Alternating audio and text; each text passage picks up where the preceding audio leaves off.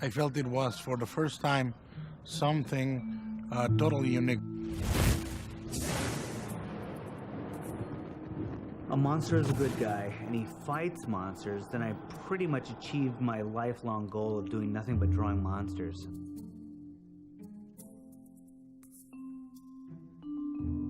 Something that combined the superhero action genre with a much more human approach, and at the same time had the trappings of a great gothic fantasy full of monsters, full of adventures in subterranean areas and so forth.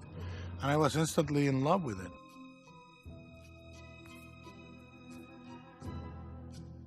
I've always enjoyed reading old folklore and legends and ghost stories, and I wanted that kind of stuff, but I love, old monster comics, real, the Jack Kirby Marvel comics. I was going to a convention and they were going to have a little program book and they wanted a drawing, and I didn't want to draw, one of the regular superhero characters, so I thought, well, I'll just draw this big monster. And he had some kind of belt or something on, and it was this big belt buckle kind of shape, and it just thought, well, I need something there, and so I just wrote Hellboy. I had been pursuing Mike for a number of years to come over to Dark Horse and publish with us. He had published with a number of other companies. And finally, we were at a convention and he told me that he had a great idea. The name of his idea was Hellboy. And we thought, wow, can't wait to see this.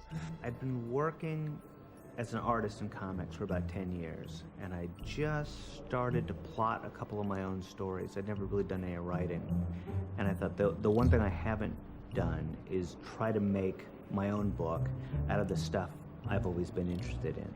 And I really thought, I'll do this once, I'll never get a shot at doing it again, but at least after, somewhere down the road, after I've had to draw God knows what, I'd always have this one thing to look back on and say, at least once I put all my stuff together and made this thing that's mine. The only name I'd ever come up with that I liked was Hellboy. And I'd drawn this kind of monster character once or twice when people would come up to me and say, just draw whatever you want. I'd draw this kind of a monster with a tail. And I just thought, well, I got the thing I like, and I got the name I like, and we'll give it a shot. And that's what it was. I certainly never thought I'd be drawing it still 10 years later. So he's the good monster who was supposed to be the bad monster, and now you turn him loose on the bad monsters. So imagine, in a sense, if the X-Files were investigated by an X-File themselves. It's almost like a creature that has to fight creatures, and in that he becomes, or tries to fool himself that he becomes more human by doing that. Yeah, he's the good guy. He's a monster that's been raised among humans, so he thinks of himself as just one of the guys, and the last thing he wants to find out is that he's, the beast of the apocalypse. One of the keys to the comic is to understand that even although Hellboy is 6'5", bright red, has horns and a tail and all that, he's a regular Joe. He's a blue-collar, hard-working guy. His job just happens to be a monster hunter, but he's a really blue-collar guy. Nothing mysterious about him. He likes pizza, he likes beer, he likes watching football on TV. Hellboy, in a way, is modeled a little bit on my dad, because he worked in a cabinet shop, and he would always come home from a long day at work with, sawdust all over him, and always big, nasty gashes on his hands. Oh, I got my hand stuck in this machine. It was just real matter of fact, and he just said, this is the toughest monkey out there. He does all these horrifying things, pulling nails out of other guys' thumbs and stuff, and he comes home not real nonchalant, goes out and gets a beer and works in the yard, and I think a lot of that went into the way I imagined Hellboy. Decided to take Hellboy out, even though it seemed probably one of the tougher concepts to get a studio executive to believe in. I had done several projects with Larry Gordon, and so I brought it to Larry and Lloyd, and we decided to go out and try to set the project up. I never gave the movie any thought. I never thought it would be made. with very good reason. You know, who's going to make something called Hellboy? I really thought it was visually so rich and so powerful, and I wanted to try and translate some of the characters and the images to film.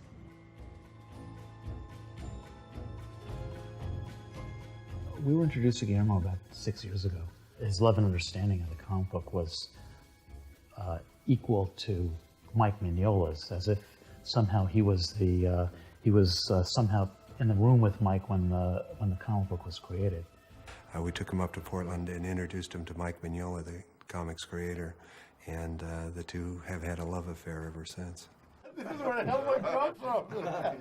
That's where Hellboy comes from. When we met and we talked about it, it was very clear to me that this was probably the only guy who could make the movie.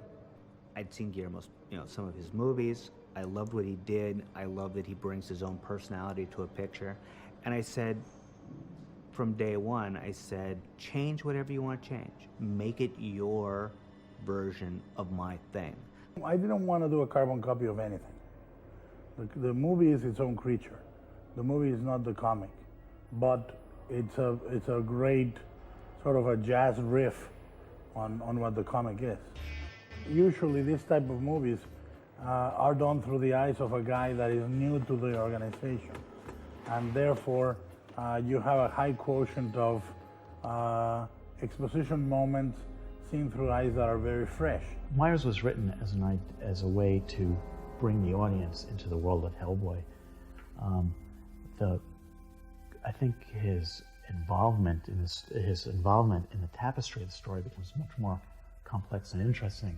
What I also wanted was for actually this character to start being a monkey wrench in some of the cogwheels of the story. He becomes a third man in a relationship between Hellboy and Liz. He played up the father-son relationship. He brought in a love interest, which I didn't even, not only did I not hint at it, I never even saw it as being there. He brought that in, and he brought a three-dimensional quality to these characters. Hellboy, Broom, and Liz are in their relationships very different from the comic.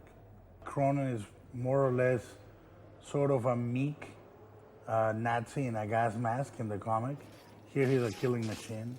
Cronin, while a lot of his physical appearance is based on my character, he's a real Del Toro character.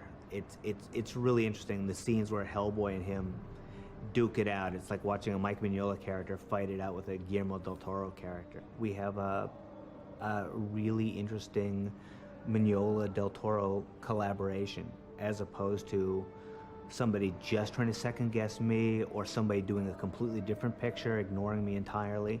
There's a lot of me in there. There's a lot of things that are different, but it's very true to the spirit of my stuff, because he's a huge fan of what I do. I am a big fan of Mike. To this day, he's one of my heroes. I said to him, I don't want you to think this is my movie and that's it. This is our movie.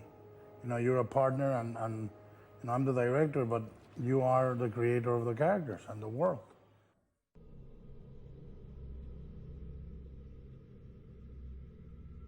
Mike, what did you do today? I dropped my phone in the toilet. And is it fixed? Came back to life to taunt me, and then it went away. But at least you had some design successes. No, I do crap all day. I'm incapable of drawing Ron Perlman based on a photograph of Ron Perlman as Hellboy. But of course, you are the most logical choice to do the Hellboy version of Ron Perlman. You'd think. Where's Tim Bradstreet when you need him? And look at the hand. Can I have one? Yeah, I've got a pile of mine. I have one in Austin, but it's not enough. And I was saying to Wayne, if pattern that thing on Samuel with some of these same kind of shapes, so it kind of relates them a little bit. And then I would echo it here too. I had an think idea just too. to play opposite that, I think it's... I tell you this, since he's gonna be chest naked only once, this can be confusing. It's like, is it a scar? But I think that's cool. Not to be confusing. It's your confusing design. It's your confusing movie. Oh! No, if we're gonna do this, I'd rather do it on this arm than on the chest.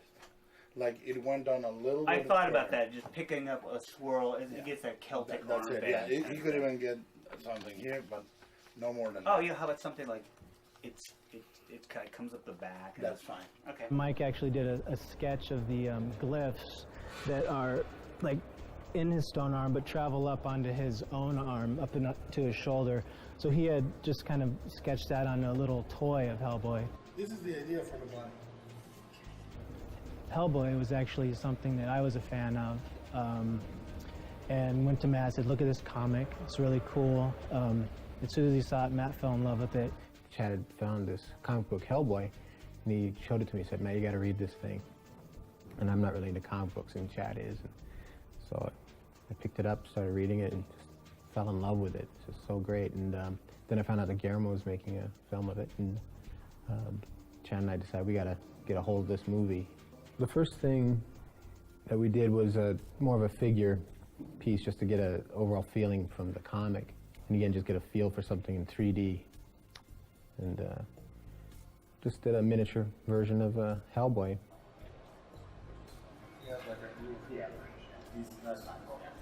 The bust itself, Matt had done on Ron Perlman cast. It was down in our basement, so Matt pulled it out in like 3 hours and pretty much nailed it.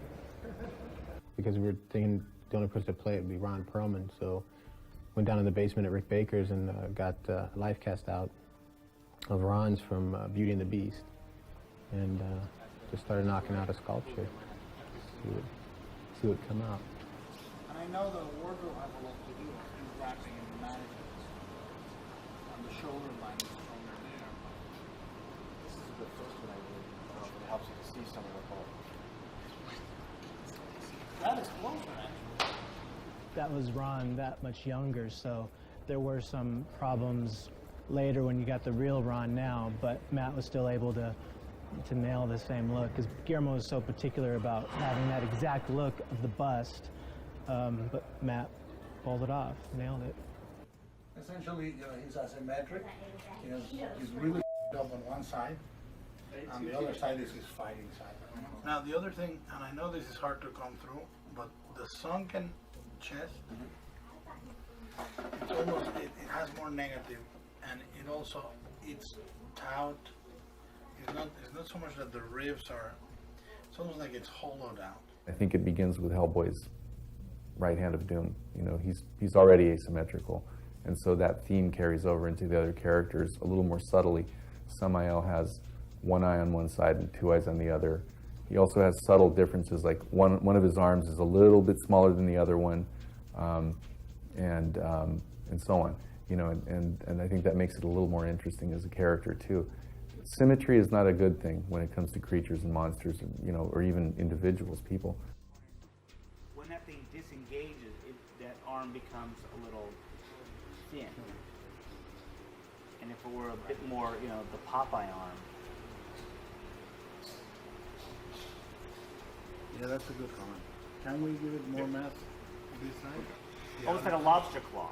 Yeah, or a crab. Yeah. Yeah. Simeon, calm down. It's ridiculous, like Cinderella. Calm down. like with a little tear in your eye. Calm down. It's beautiful. Who sculpted this? This is Jose Fernandez. It's beautiful. Yeah, he really is a beautiful sculptor. He does amazing work. Oh.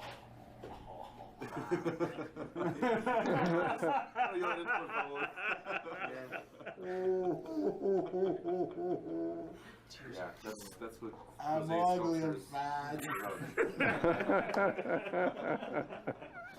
Look at him. God. Yeah, he is. We used the information that Guillermo had given us and the artistic abilities of Jose to really nail the maquette on the first treatment. Concave chest, more or less. Concave, or just do something that changes the human proportion. Here, the tentacles will get rid of that. The arms we will get rid of. Them being so long. make them thinner, probably. This seems like an odd shape, but once this stuff is kind of wrapped up around it, it's going to be great. We will very unlikely approach this creature from this angle. Yeah. No, I tell you! Stop it! Childish him. For the sequence with Behemoth, we came up with some conceptual art that was done by Carlos Huante and showed that to Guillermo. And the first pass, again, he really loved. It's like, I think Carlos did like 5 or 6 drawings of Behemoth, and there was one that looked exactly like what ended up in the film. And that was the one that Guillermo just said, that's it, that's the one, let's make this one. So then our job was to create a maquette, probably like a 1/10 or a much smaller maquette, for the Tippett people to go in and build and model based on the maquette. Make this one shorter, you know, so that we can really get a good look at it. So it's not, because this is going to be too much like what we've already seen. Right. Yeah, just make them shorter like this. That's cool. With the spikes and everything, right? Yeah, with the spikes. And these are like, suction cups. Like, well, it's like insects have, each one thing has one pushes, one grinds. Right. This would be the grinders. The others would be the pushers. Yeah. It's just great. It's great that someone pays attention to how much work we put into this stuff, because mostly they don't. No.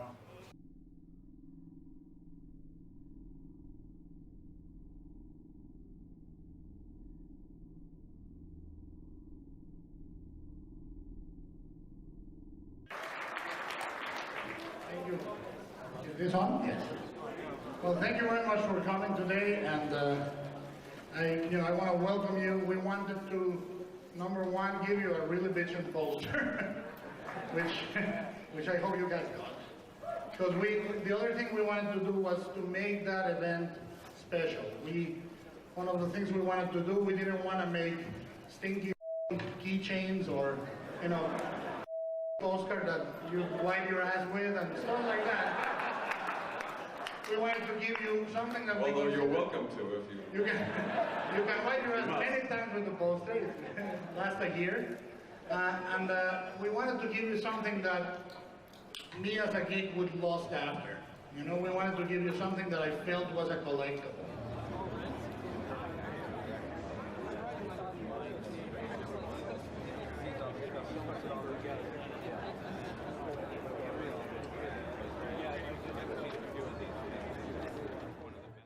Always make a model. I think it tells a lot of stories. It tells the scale, it tells the size. You can see it as a three-dimensional thing.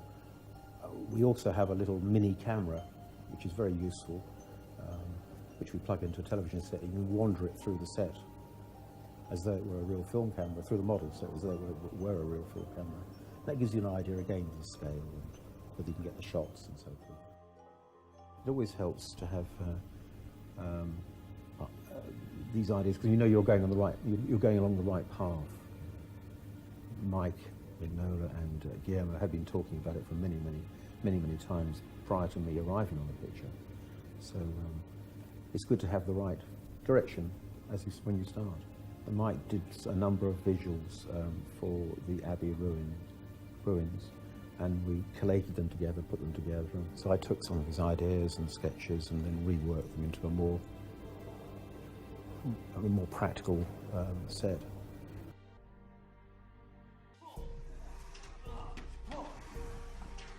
One of the first challenges that Guillermo and Patrick Palmer, our executive producer, laid out for me was to do as much as we possibly could physically on set. So to answer this big question mark out there of what we could actually do, we rented a soundstage, built flying systems.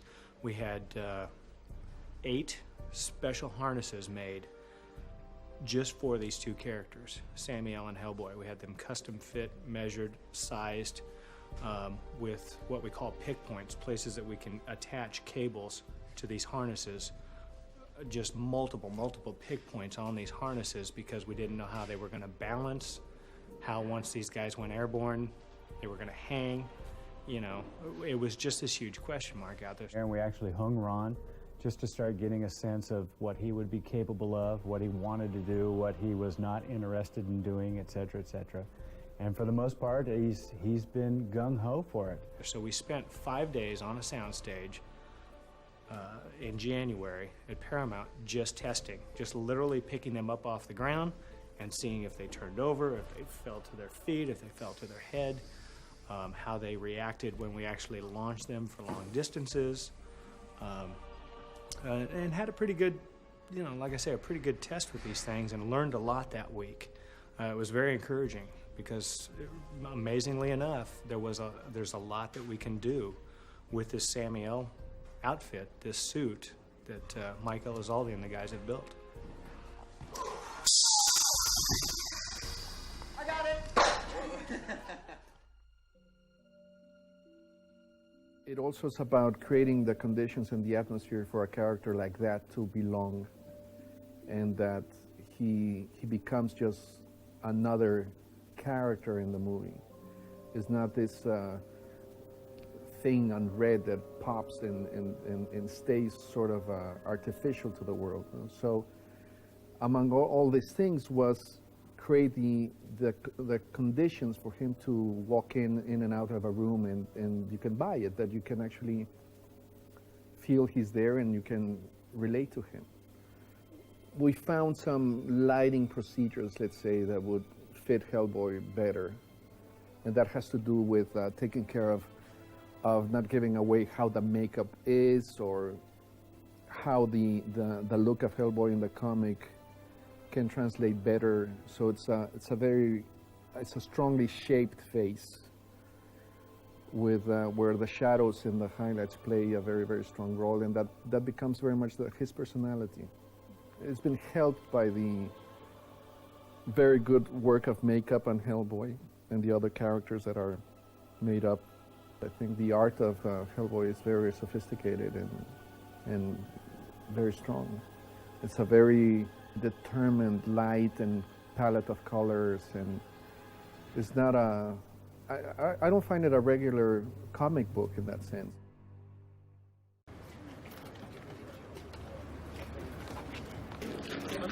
Yeah, how are you?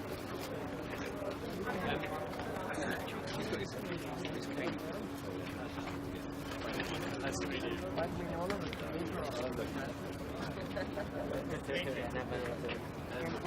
we have patterns Here we go, full rehearsal, please. We're going to add one more beat at the end where he does the ironic smile when he says there's not such a thing. We can compress it to that, and that's when you need to be here.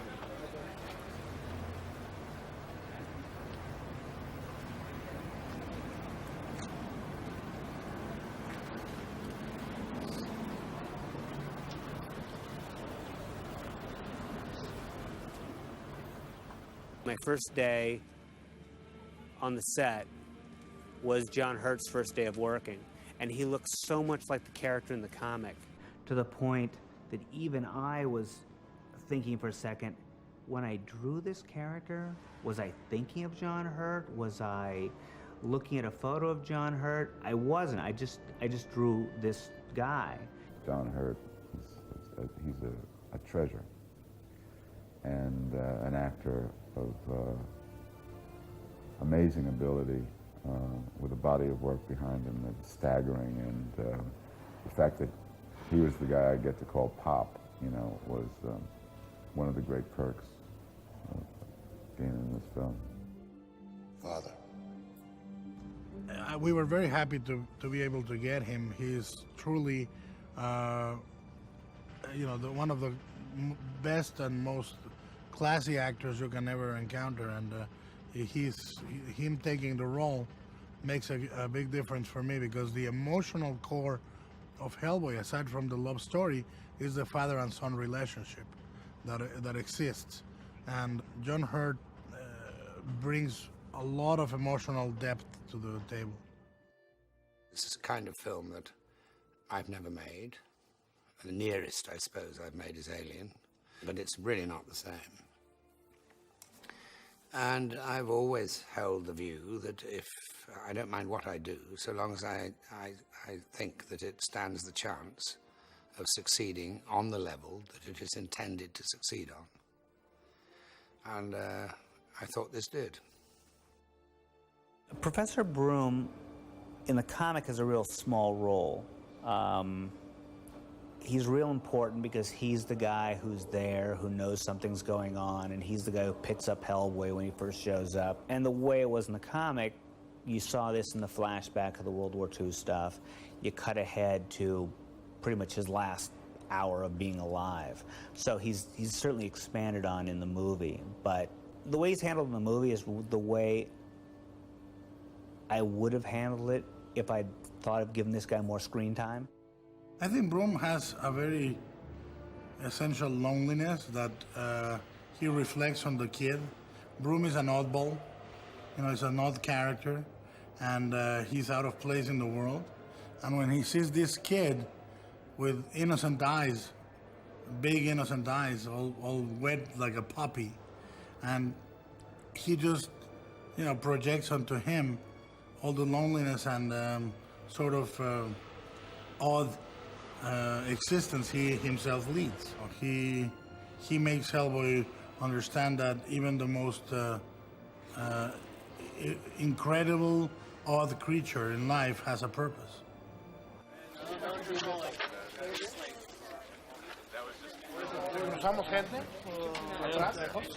Mike, please.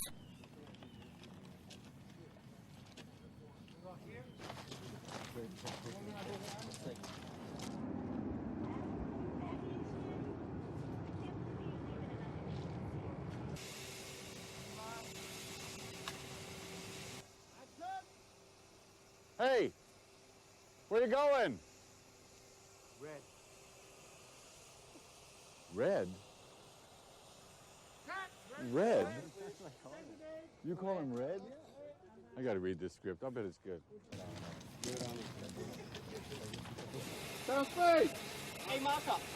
You mark.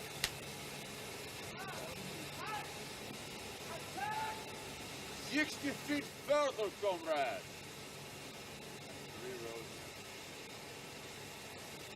Here is Ivan Pimentovich. Go that way, red monkey.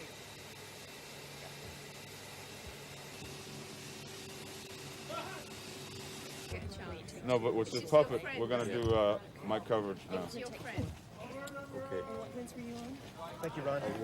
Okay, fellas, good work. Thanks, Ron. Now, we really get to feature.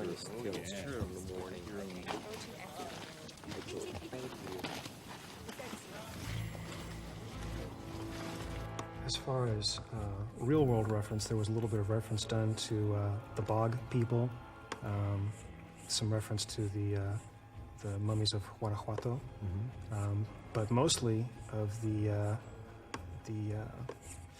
Capuchin monks of Italy. That's right. Yes, which are these mummified monks in this monastery in Italy that are just about from the right era and the right level of decay. Right, mummification, if you will. He has eyebrows, as you can see, that are quite expressive.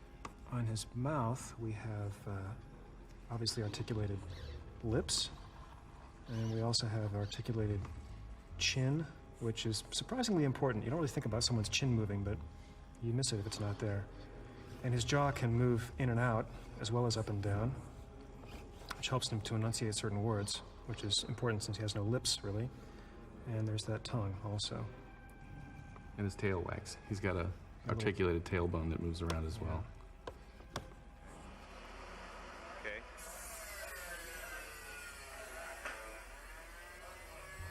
Go to the grave zone. There you'll find sanctuary.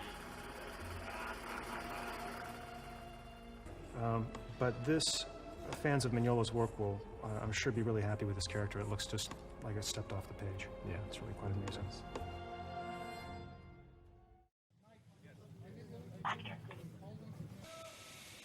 Very good.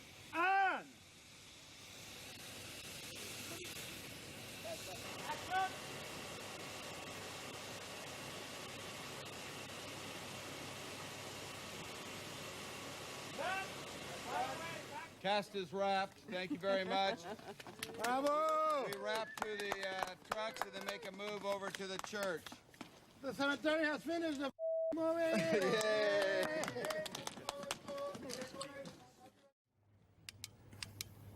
I could start out the scene. You're very romantic.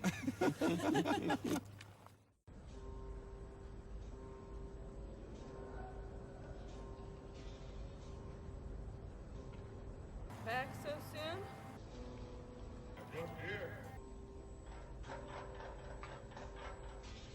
To wash down my lithium pills?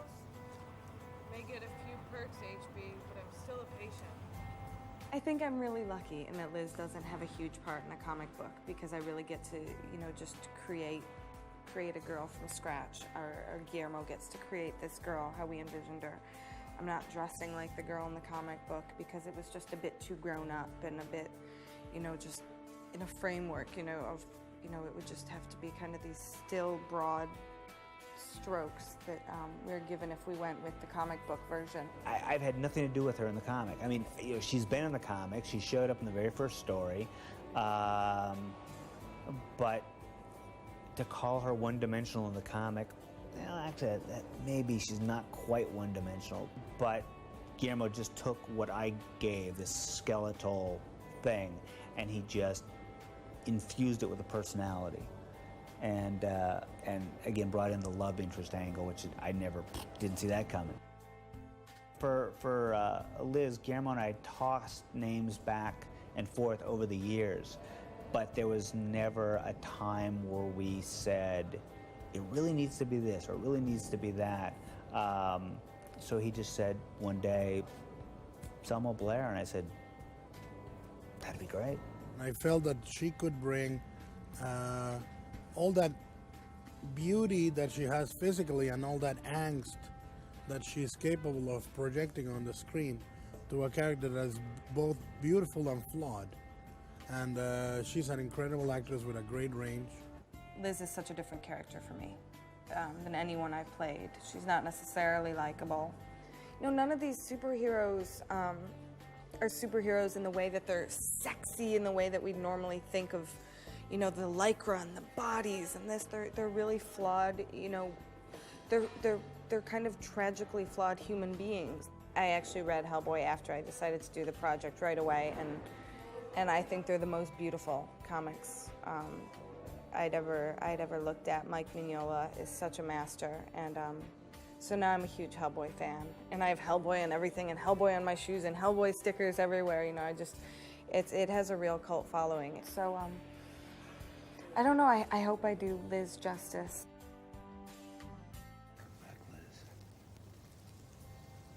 God, no. No, not this time, HB.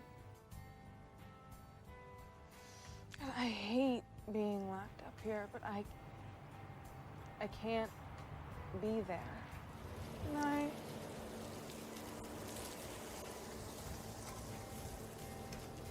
Yeah, I gotta go too. Instead of for hold long, right? I mean, you know, it'd be like great if I could just like land like a cat, hold it for a second, figure out my next move, and then. Hey, Marka. Seymour. 3, 2, 1, action!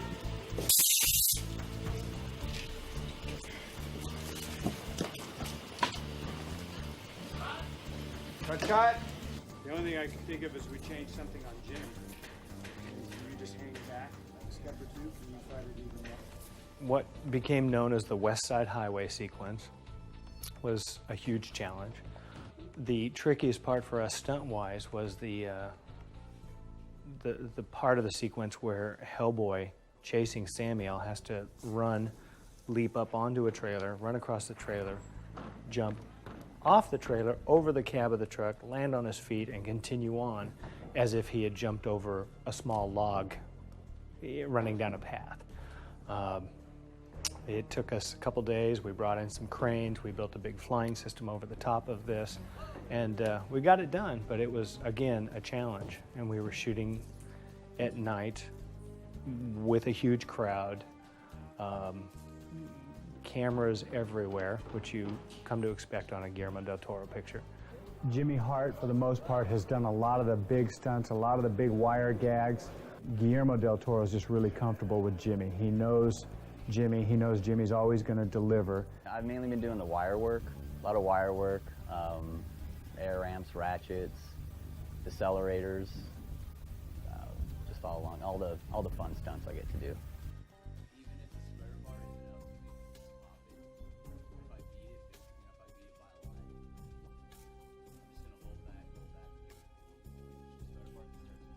Most of the work I'm doing, I'm harnessed up, so I've got a jerk vest harness. And then the great thing about this show is that it's pretty wardrobe extensive, so I'm able to put on as many pads as you can want, and you never can see them, from the big thick jacket to the muscle suit. So it's kind of a stuntman's dream to not be restricted by wardrobe. He does have a very thick, what we've ended up calling the muscle suit, that just bulks him up. But it hasn't been a major problem. We just, attaching cables to the harnesses underneath the suit, just cutting holes here and there. That's been about it. And then, of course, the big leather jacket that he wears on the outside. I mean, he never takes that jacket off. So every time he goes flying, he's got that jacket on, and we've basically made that leather jacket look like Swiss cheese by the end of the show. Not better. All right, that's it.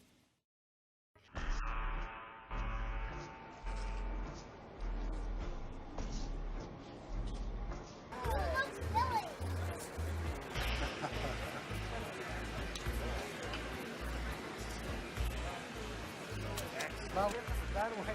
You'll be dying, really. Run as fast as you can that way. Here. Roar! Yeah! Up there, TK2! TK2!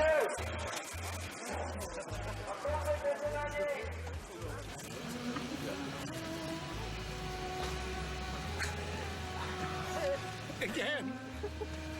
I look thin with this guy. It was fantastic, masterful. Basically, it was run so I don't trip over you. And try not to look like an idiot, which in this suit is, of course, impossible. Yeah, people are overacting like crazy. Hey,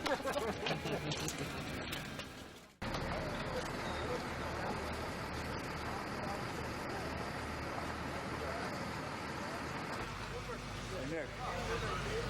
This guy in the truck, does he have a license?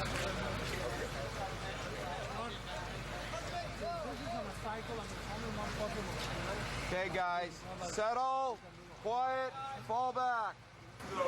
Lori wants to... Guillermo, just to be clear, I've already hit it. Now it's You've just... already hit it. You've already hit it. And the car is acting as a wipe, a massive wipe. You're just doing like this. That's it. Let it spin once. Turn around, Ron, see what's coming at you. I know it's daunting.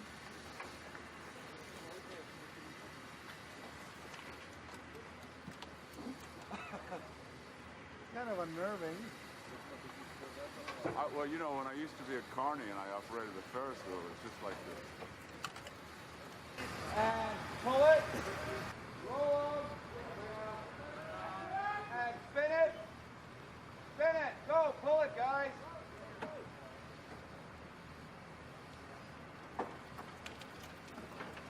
And then the beginning of the show was the West Side Highway sequence. And West Side Highway was cool because, we had to make these cars, we had to make these set extensions, we had to make this city that didn't exist. I would say 80% of the cars that you would see around it, like you would see like a Beetle, or you would see like the end of a car going something. It was something to populate the scene.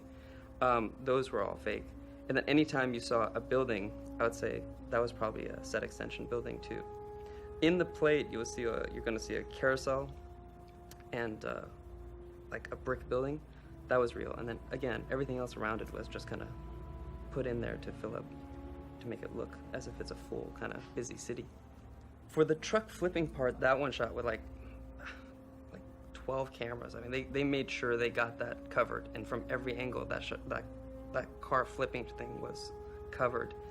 And we had to augment it by You know, they didn't want to expose Ron Perlman to it, so like he was actually punching at nothing for one pass, and then they had a clean plate, and then they had the car just coming up and doing the suspension and the flip, and then they had maybe one plate with one car in the background going, you know, at speed.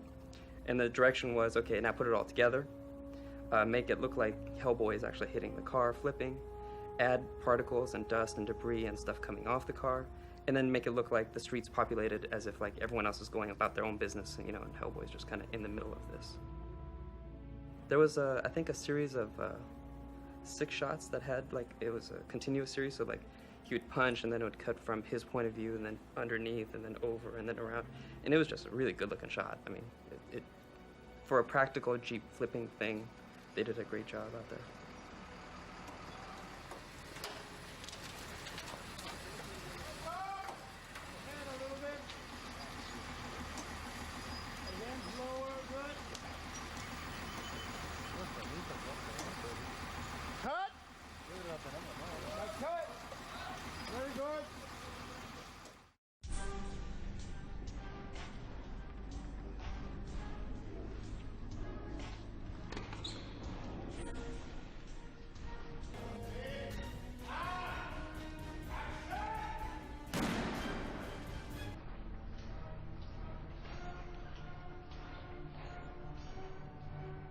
Special effects kind of cover such a wide field of things, but on this movie, everything gets physical. Anything that's physical on the effects, whether it be anything mechanical, any explosive stuff, any of that, it's all down to special effects.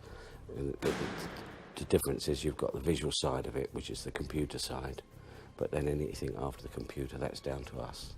In the library, they were these glass cabinets, display cabinets, and then a big plate glass window at the end. And I built a track and a rig that the guy sat in, the actor could sit in. The camera was attached to it, and we just fired him down, and it did it in 3 seconds and smashed through everything. It was an original, interesting shot because, again, it would have been probably done it in CG in another area, but we did it for real, and I think we achieved something that was something totally a different look.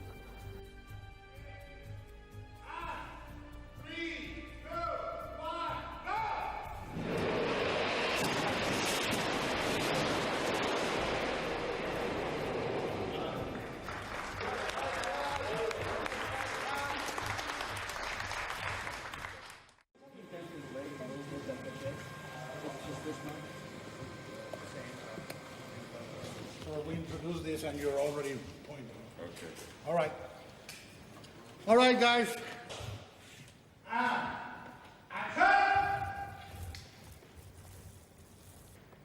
crap. The moment I decided to make Hellboy into a movie, I went to Ron. I called Ron and I said, hey, I'm writing a movie for you. Ron is Hellboy.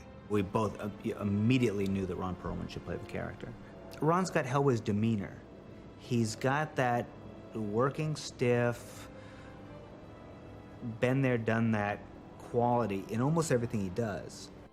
Well, I can't think of anybody else who could play it, quite honestly. I thought it looked rather like Ron Perlman.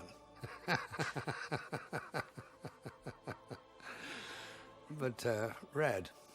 He's born to play this because I don't think anyone could get so much across with all these prosthetics and all this going on as he can. And it's weird, I forget about the suit. I wish I could do something about this. He loves what he does, and he's always either singing or having a laugh, or, you know, so it makes everybody's job a lot easier. And he's extraordinary in this, and he's worked his socks off, and it's great working with him. We have such a laugh. Everybody, both guys. Ron's been great. I just love Ron to bits, and he seems to take to the role very naturally. He does indeed. Are you laughing because he's getting it wrong, or is he good? No, he's so good. Even though his outer trappings are very abstract and very sort of weird and complex, you know, he's red, he's from hell, he's got horns, you know, who he is as a human being and how he manifests all of these, you know, contradictions was very accessible and required as little preparation from my point of view as an actor as anything I've ever done. He sounded like me, he walked like me, talked like me, and all I had to basically do was, you know, sit around for 4 hours while they put the makeup and the costume on, and then wait for somebody to say action. A lot of Hellboy is in Ron. I mean, he still has that same. He's got a pretty good sense of humor to him. He's pretty. I don't know to say he's scruff with people or anything like that, but it's a lot of the characteristics that Hellboy has are unique to Ron as well. He's just covered up in the makeup right now, and it's him coming through. It's really not. I hesitate to say it's not a real acting stretch for him.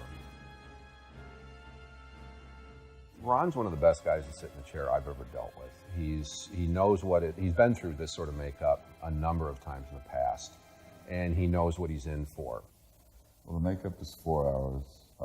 The guys I'm working with are, you know, really cool, wonderful, fun guys to be around. Jake Garber is my makeup artist. He just does Hellboy.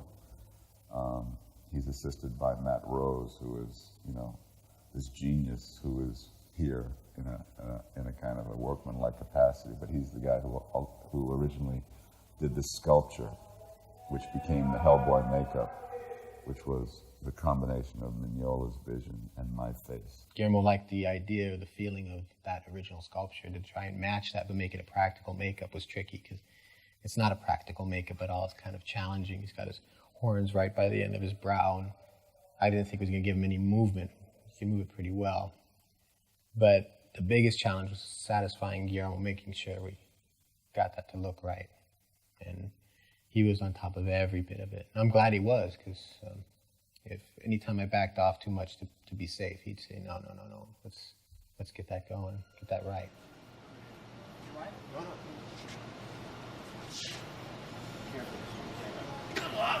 It's not an easy makeup. It's very, very hard. And for Jake to apply it, Jake and Bart, who applies the double, it's not an easy one to do. It's got to line everything up just right. If it's off, it shows.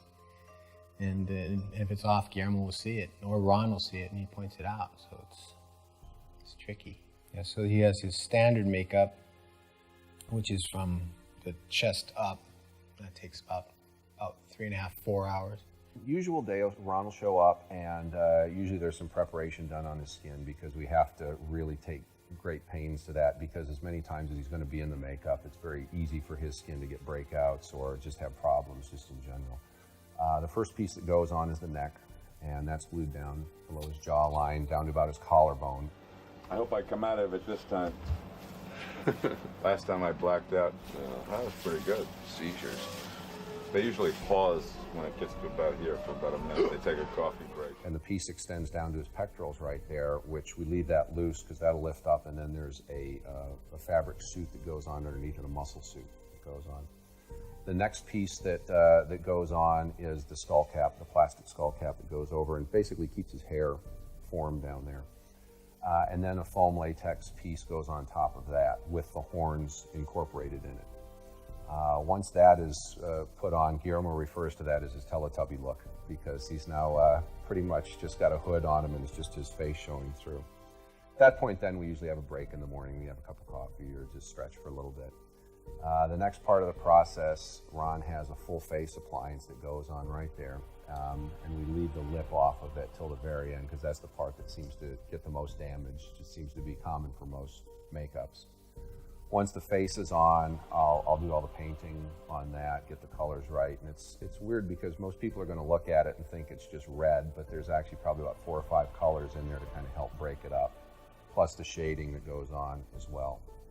Once the painting is all done, then we start doing the wig work right there, which is basically it's like a samurai wig that goes on him. The 2 mutton chops left, and at that point then we'll usually have a break where Ron can go out and grab some breakfast, stretch again for that point. And then probably about 15 to 20 minutes before he needs to go to wardrobe, then we'll do the lower lip and the goatee at that point.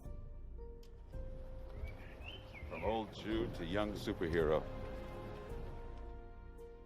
Because I think Ron's not afraid of moving with it. Some actors, when they put it on, they feel the contact of makeup on their face and they just react to think that they can't move, but you can move just fine.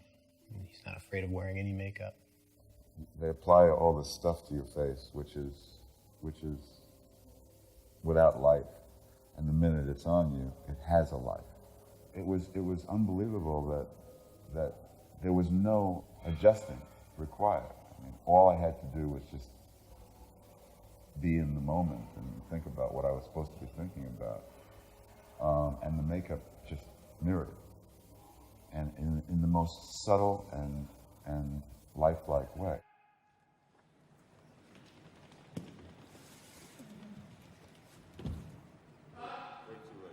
Too late. As soon as he clears. Stand by. Ronnie, you good? Yeah. Okay. Here we go. We are rolling. Camera. Spin.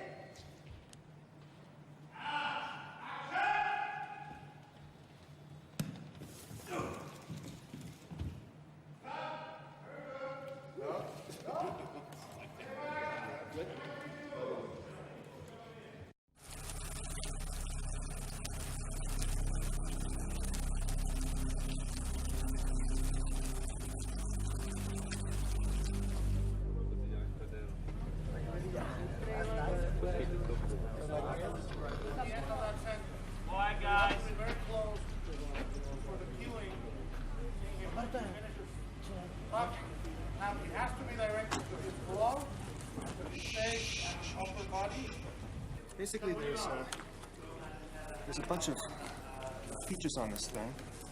It lights up, and the lights are on dimmers, so I can control the glowing effect. And it's all going over a tube that we can bolt all of our stuff onto. So we can basically bolt whatever onto any point. The concept of the mecha glove comes from Seed of Destruction, where Rasputin is opening this portal. In the graphic novel, you'll see Grigori wearing 2 gloves, and that got pared down. You know, Guillermo thought maybe the one glove would be even better, because then it's sort of it's a reflection of Hellboy in some way.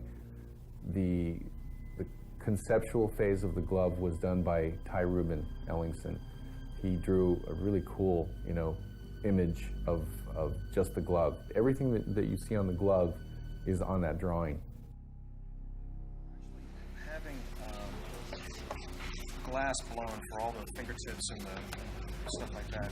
In fact, Mike, I want to give this to you. You should paint it to draw on the runes and what have you. And then we'll go in and we'll actually relief that into it.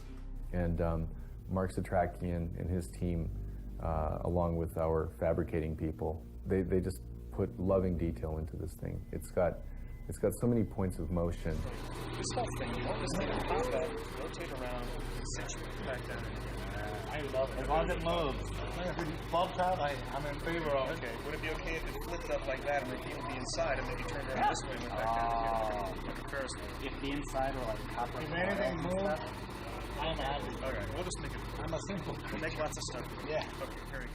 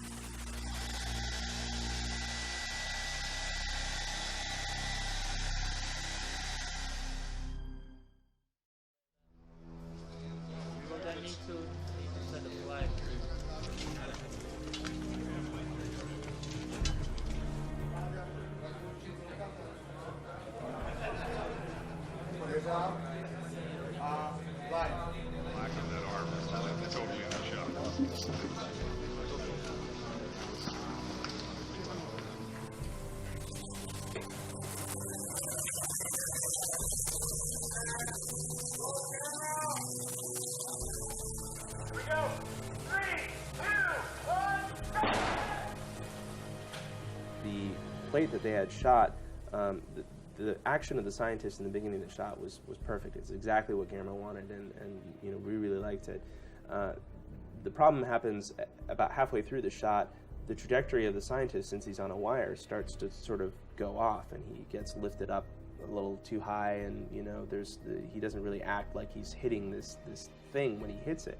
So what we had to do is we had to, about halfway through the shot, take over from the real scientist to a completely digital scientist. Essentially, our creature department that's headed up by Rudy Grossman, and also our animation department, which work very closely together, and Mauricio Bayaki heads that up. They work very closely together and build a digital model of this scientist that's based off of 3D scan data, or you know, pictures that were shot on set, or whatever reference they can get their hands on. We were presented with the challenge of having to replace him with the digital double. But the most challenging aspect of it was that he was wearing this like the scientist jacket, which was kind of in full motion as he's spinning. So as he gets into position and his cloth is wrapped up, we had to have our digital double go in there with his jacket already simmed into place, match that frame as close as possible, and then continue with that same cloth simulation motion. And the costume artist working on it just did a fantastic job of just getting that frame to match up and then continue. So when that match happens, you don't see any switch from the real cloth to the digital cloth. If you look at the original shot, the original cut, we have the scientist that tumbles into frame and lands on this blue goo. And you know, when I first came on the show, they're like, oh yeah, he just hits it and disappears. And it was 26 frames or something. I'm like, all right, sure, you know, we'll just do a little, and he's gone. And then, you know, as soon as we started really working on that, Guillermo looked at it and said, oh, let's do a close-up. And we're all, oh. So we went and we did, the first pass was just straight animation, where we animated I guess the hero creature, which was the scientist, and we also had secondary animation of the skeleton, and then we comped them together and did sort of a rough pass, and you know, showed it to Guillermo and said, he'll hit it here, he'll sort of burn up his arms, he'll burn from the back, his head will disappear, and you know, Guillermo would love it and say, I love everything, but you don't have the screaming skull in there. He basically wanted that action going on, and you know, we gave it to him. From that point on, it gets handed off to the technical directing team, which texture and light and sort of add the sort of lifelike surfaces and feel to everything. So from that point on, the technical directing team will hand renders 3D images of all these little individual elements of the shot to a compositing team, and the compositor's job is to take all these elements, many layers. There were probably 100 in the CG, in the scientist dematerializing shot, and they'll take that and they'll layer it all together in the right order, treat everything with their special magic, and out the other end comes the final shot.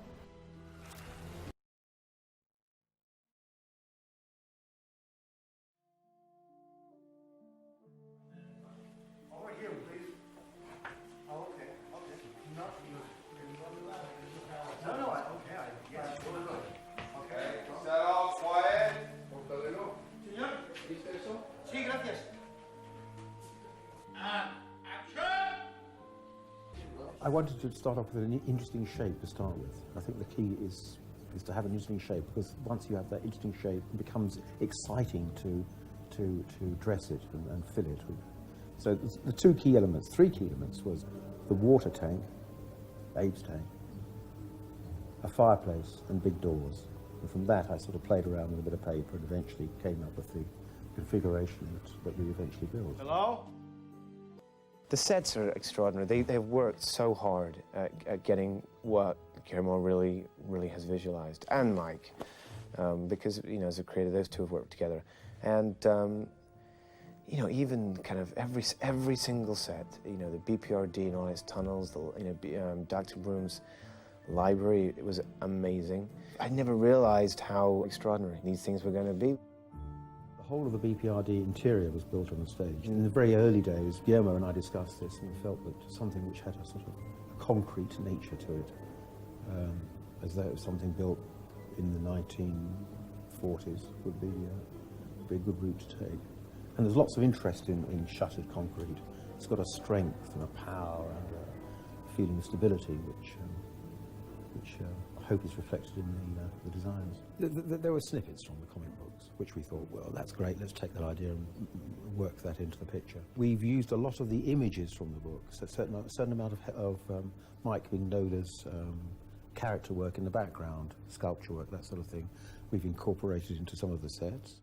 If I didn't design them, it looked like I could have designed them. Most of the sets I had nothing to do with feel very much like something I had something to do with. It was just like somebody read my mind. We've tried very hard to be true to the colours of the book as well, with the browns and the blacks and the more blacks and the greys and so forth. It's so that Hellboy will pop out more, of course.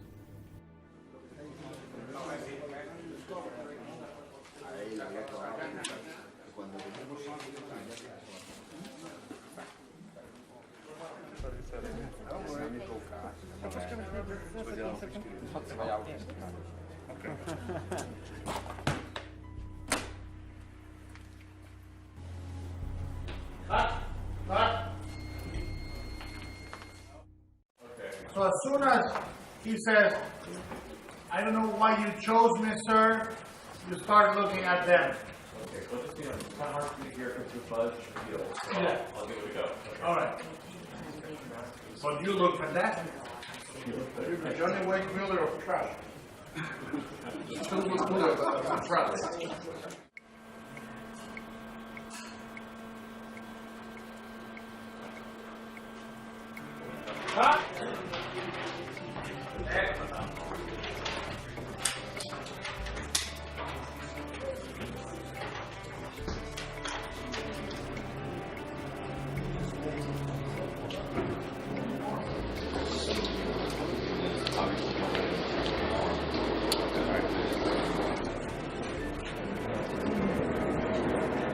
Doug was perfect. I mean, he was tall and lean and slender. More than slender, he was actually just skinny. He was a very, very thin person, which is great when you're building muscles onto something. You know, if you have a normal-sized person and you start sculpting muscles on top of that, they start to look really bulky and weird, you know. But with a guy like Doug, who's almost like a human armature, you know, for a sculptor, it was perfect. You know, we built the muscles on top of him. Steve Wang did all of the sculptural work on Abe, and it just really panned out to look exactly like the maquette. I feel like I'm waiting for my bride. I present to you. Drum roll, please. Hey, thank you.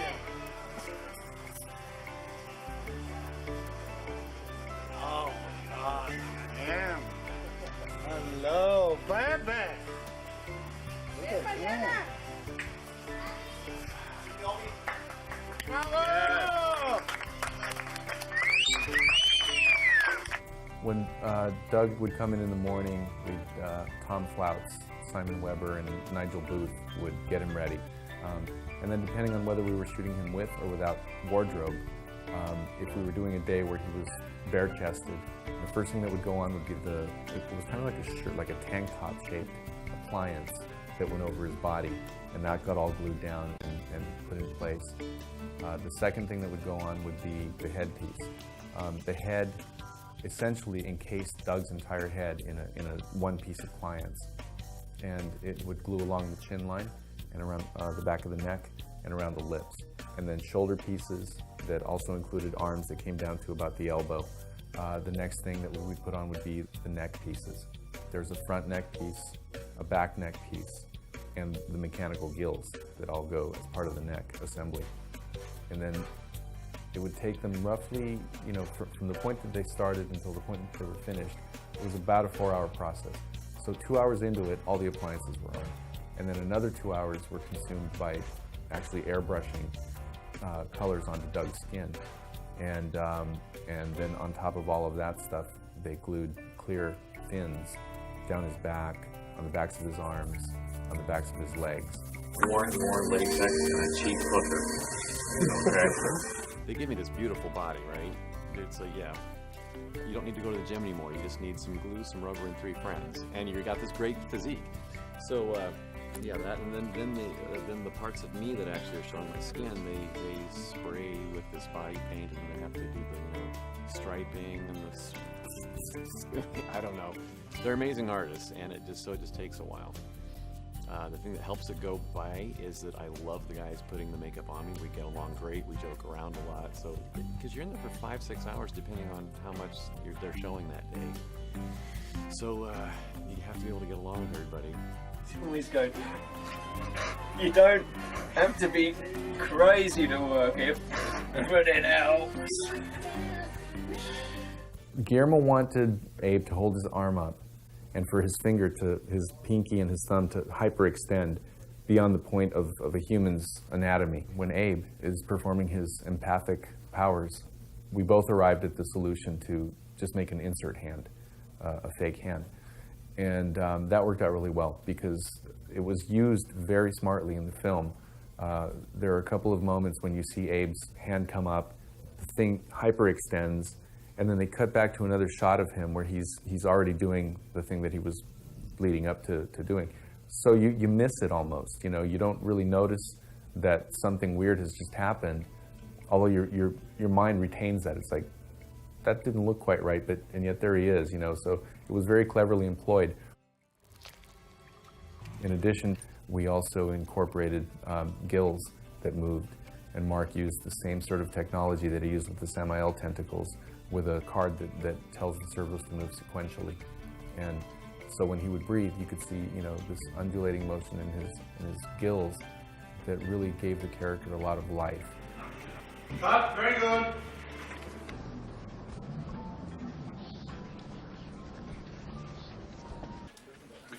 It's an action film. I'll explain this to you. But first, we take this. First, we did the life and love of Cantinflas, and I played Pepe. I was very good in that. Jeffrey Tambor, what was the question? What do you think of the Ron Perlman? Oh, Ron Perlman, I've seen all of his movies. He is buenísimo. He is un hombre de piedra, which means to be, he's stone all the time, all the time.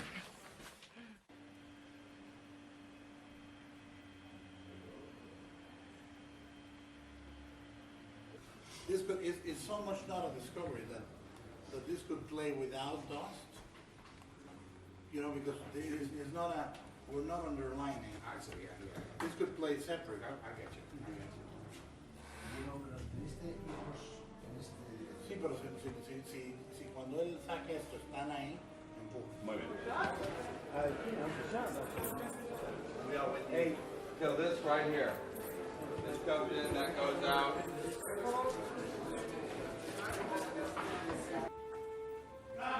Adios.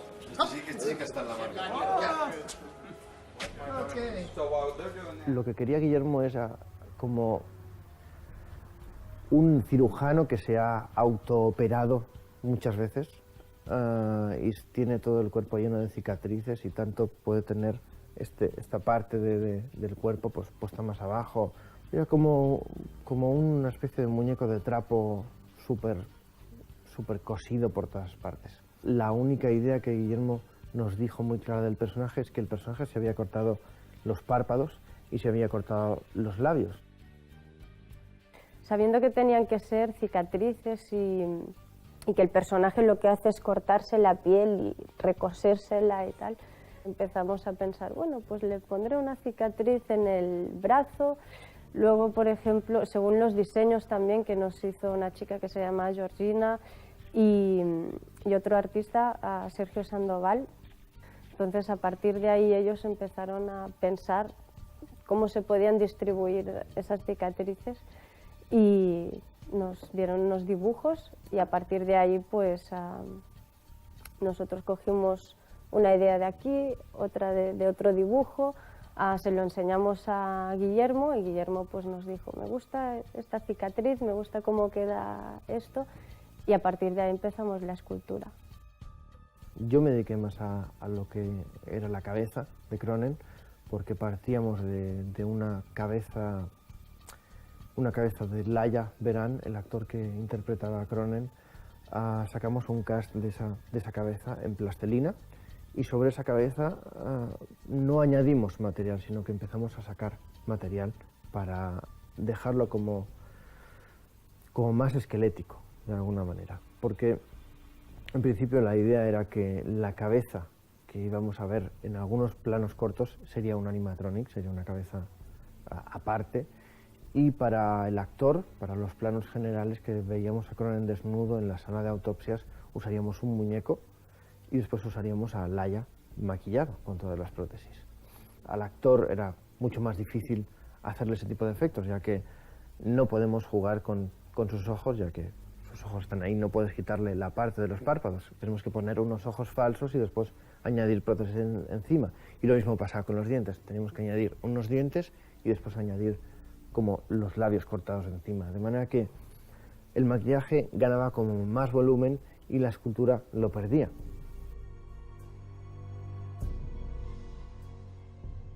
Creo que eso lo inventó Guillermo. Aprovecha la secuencia de comienzo de la película donde Cronen sufre una explosión y se le vuela la mano, y cogí eso como excusa para poder construir una mano mecánica. Cosa que identifica mucho a Cronen son todos los mecanismos, los engranajes pequeños y todo este tipo de maquinaria, y él quería que la tecnología usada en la mano fuera parecida a todos esos ingenios mecánicos que crea él. O sea, todo está basado en engranajes y cositas así, de relojería. Aquí hay un pequeño servomotor que está retocado para que no deje de girar. En lugar de tener un tope, lo que hace es girar infinitamente hacia los lados, en una dirección o en otra y a diferentes velocidades, y controlaba estos pequeños engranajes que sacamos de un montón de relojes que tuvimos que desmontar. A partir del dibujo de los diseños que hizo Sandoval, los de efectos, los de mecanismos, los que nos hacen los mecanismos normalmente, diseñaron parte de la mano en ordenador, los dedos, y de allí sacaron unas piezas que cortaron en acero inoxidable con láser, y mientras ellos montaban su parte de mecanismos, me dieron una réplica, una versión un poco rudimentaria de lo que serían los mecanismos luego, para que yo pudiera empezar a modelar lo que sería la carcasa. Así era un trabajo paralelo. Ellos iban construyendo los mecanismos y yo iba construyendo lo que sería la parte exterior. En principio, Adolfo y Enric diseñaron un sistema para mover la mano que se basaba en unos potenciómetros que iban conectados a unos circuitos integrados, y así podíamos mover los dedos sin necesidad de conectarlo a un radiocontrol.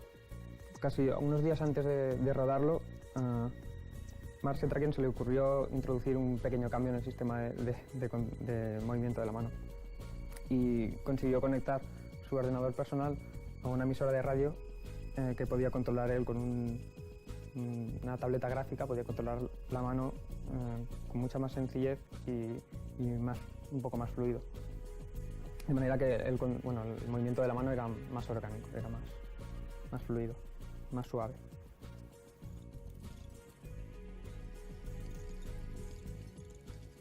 Aparte de sacarle el molde de la cabeza para hacer las prótesis, luego las utilizamos también utilizamos la cabeza para hacer la máscara. Ahí modelamos la máscara en plastilina, entonces se le hace un molde a la máscara y de ahí ya sacas la copia, en este caso de resina. Cuando nos pidió que teníamos que hacer las máscaras, escogimos me parece como 4 modelos de máscara diferentes. Esta es el que más se parece en el cómic, que es el de la Segunda Guerra Mundial, más la Mansion Library. Y después tenemos, por ejemplo, la máscara veneciana, que era un concepto muy extraño, porque Guillermo quería algo más humanizado en la máscara, que diera como una sensación más enferma al personaje. El modelo de máscara veneciana nos llevó bastantes cambios. Al final, realmente para esa máscara acabamos utilizando 2 exprimidores de limón y 2 aparatitos que se llevan la humedad del aire y tienen como agujeritos, y está como muy trabajado. Entonces con esas piezas acabamos haciendo un respiradero, que fue lo que realmente después a Guillermo le gustó. Entonces fue como bueno, búsqueda aquí, búsqueda allá, y un poco también como la idea de Cronen, se supone hace sus máscaras, sus relojes, sus mecanismos, pues un poco el mismo funcionamiento, pues vamos a coger de aquí y de allá, vamos a montarlo todo y a ver qué queda, y lo que quedó realmente es lo que se ve en la película.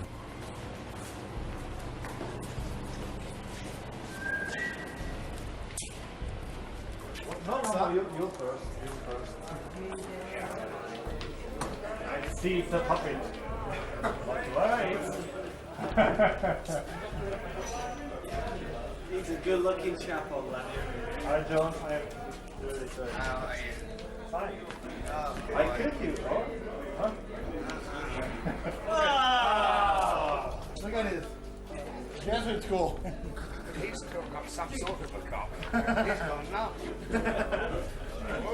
Paddy, you better get the makeup. Yeah, I am pretty. In. Out. Now move. Bam! Exactly. So we do that. He breathes in and out twice, and then gets out. Hey, Mark. And action!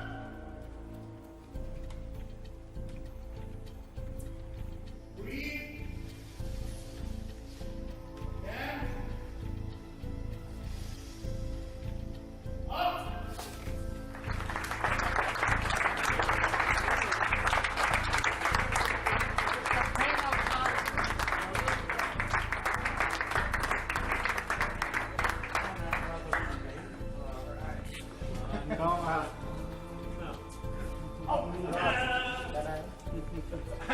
Christopher Lloyd is back.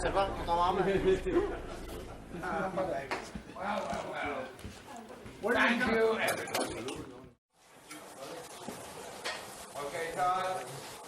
Cameras ready? Yes.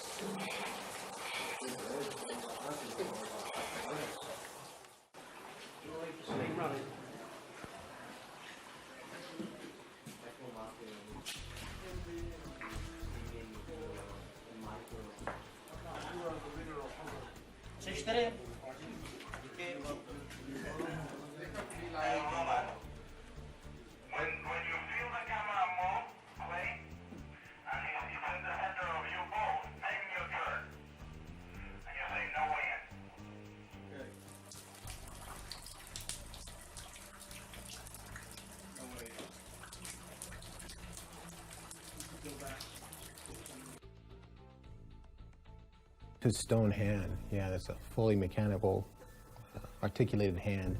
He also has these bashing hands. It's like just a solid version of that, and stunt versions and things. But his stone hand is like it's like almost another character because it has to work with him. You can't. It's almost like Ron has to operate it. He only can work the wrist inside, but the hand itself is puppeteered by Chad Waters.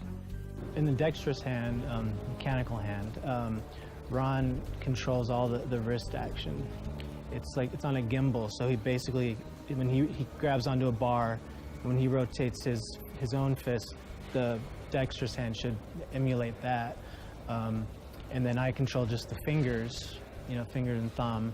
The hand has like probably 4 different programs, because I only have like 2 sticks to control, so one stick does like the index and the thumb, the other stick will do, the pinky and middle. We have lightweight versions, so that you can really hit something and not, damage it too badly. We have posable versions, you can just kind of bend it, so it's not just so you're not committed to a fist for shots where we can't use our dexterous hands, which are pretty fragile.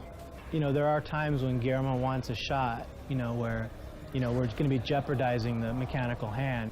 There's a scene where Hellboy fries Samuel on the 3rd rail, and he's got to reach out with the stone hand and actually grab it.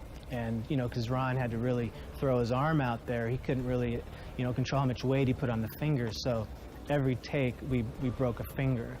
But Ron always gives it that little extra something when he does something with the wrist. Just he puts these touches on it that really make a difference. It's tough for Chad because he's got to act like he's not doing anything, because it's got to be part of Ron. It can't look like it's, you know, just something to doing something like that when he's talking. So it's tricky, but Chad makes it look good. Ron's really happy with it.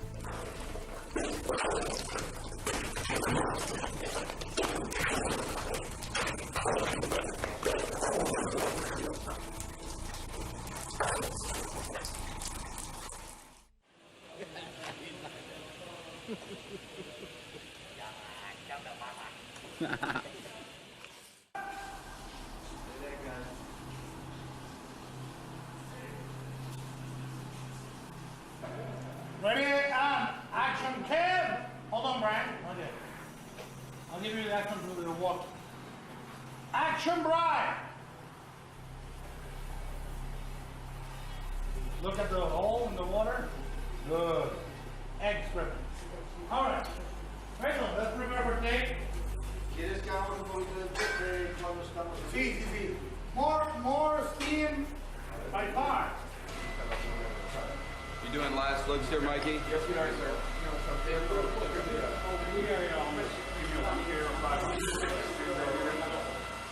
Steve Wang was in charge of this project, and he has made, I can't even count how many creature suits in his career.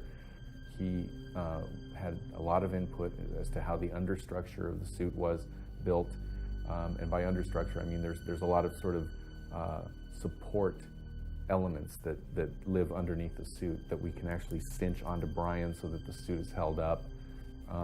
One of the tricks that Steve uses is to shave down the core, the body cord, so that when he puts the suit on, it fits really tightly. And when he moves, the suit moves with him. And when he breathes, you can see the breathing happening in the abdomen area.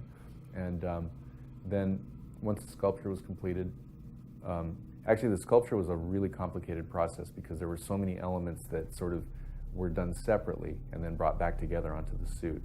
For instance, the shoulders, the arms, all of the tentacles, the head, everything had to be sort of done in pieces and then molded separately and then put back together as a suit onto the understructure that was designed.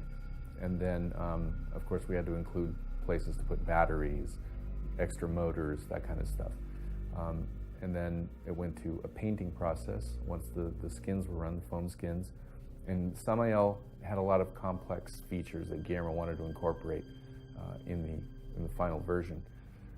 The eyes were a big challenge for us. Guillermo wanted to have a lot of features going on in a very limited amount of space and with a limited amount of time. And he told us to take a look at McKenna's Gold, an old Western film. And at the beginning of the film, there's a really beautiful close-up shot of a vulture blinking. And you can really see this membrane just sweeping over this bird's eye. And we use that as reference for Samael's eye. We also had to incorporate a membrane that sort of sealed over the eye and then pulled back to reveal the eye. In addition to that, the eyeball itself had to move in and out of the head while it was looking around and while this membrane was pulling back.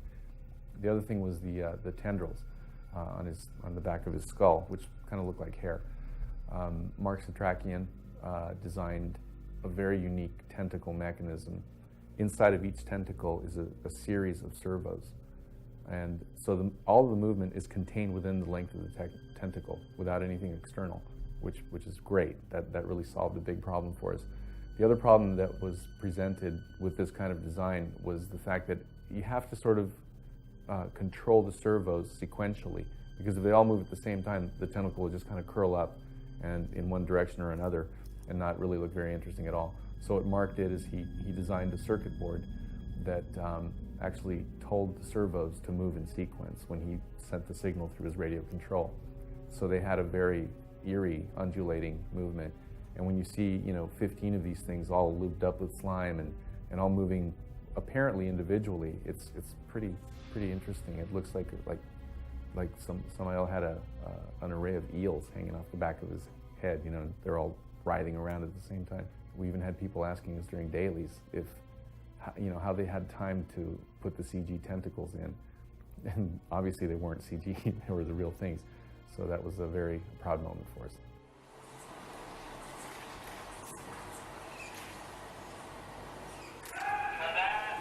Cut.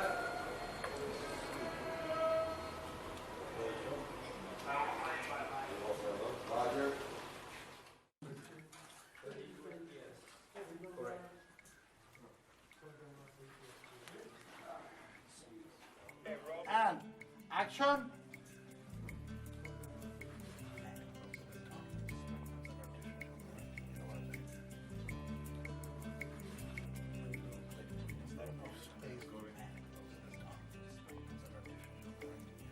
Okay. When do I come in?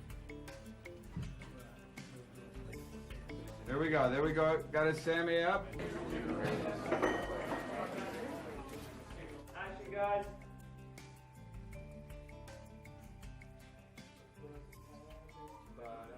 The idea, when we originally talked about it in pre-production with Guillermo and Blair at Tippett and myself, was that Abe, the whole time underwater, would be digital. It would, even though it was dry for wet, the environment, meaning that the room would be shot in dry, and then we'd add elements and particulate matter and bubbles and so forth to make it look like it's underwater.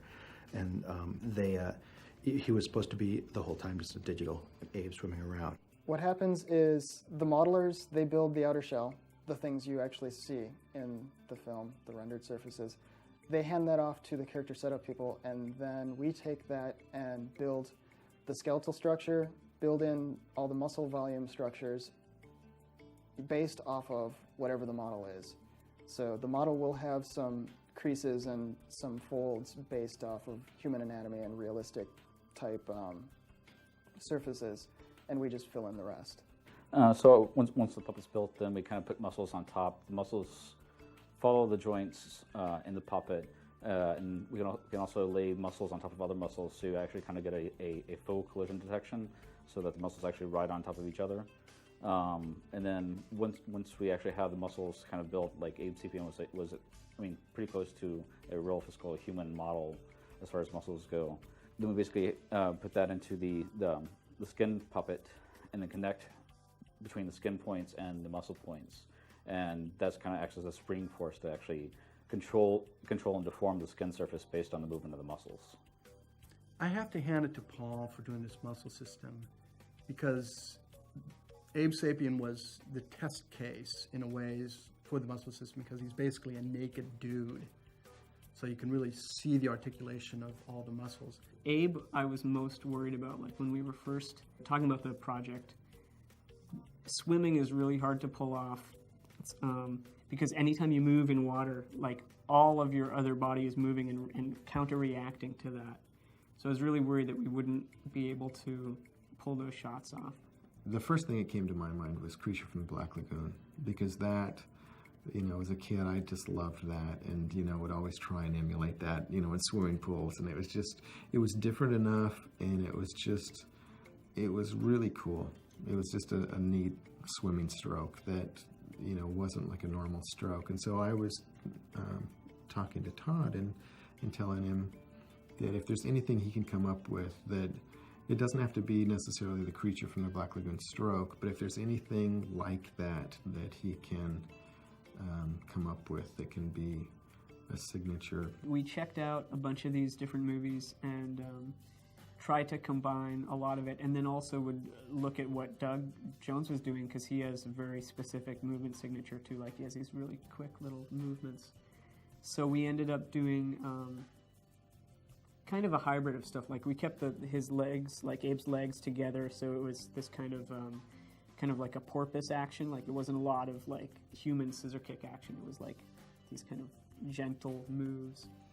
It was a lot about bringing a lot of energy from the shoulders and from the arms, so that he'd always have these graceful circular motions. It's all about like keeping the arcs rolling so that he'd look really pretty. He had kind of almost like a quirkiness, when he's out of the water. So I was always kind of trying to play it like he's much more comfortable in his home environment and more graceful. Not, he's very graceful on land, but just more fluid, in the water. But to keep the same characteristics, we went back in and added a few little head, mainly with his head and his hands, and copied the gestures that Doug had developed. Guillermo was pretty adamant that he's got to feel really comfortable in the water. Like, it's no big deal, it's like when he dives into the water and he's looking around, it's sort of like he's aware because he knows there's probably Samuel down here and it's going to be messy, but at the same time he's really comfortable in his environment, so had to be kind of casual. And I think it works out pretty well. Like, Abe looks really sweet, and it's great because he's like, you know, for a lot of the fans of the comic, he's one of the favorite characters, so it's cool to be able to do him justice, you know. Camera ready? Camera ready. Bucci ready? Always. All ready. Okay, here we go. Set and roll. Speed.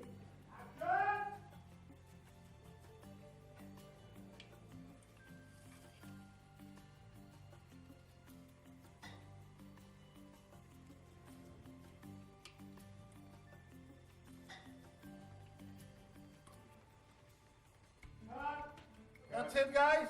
So you won? Come on, friends. Doc has finished the movie. Oh, Bravo.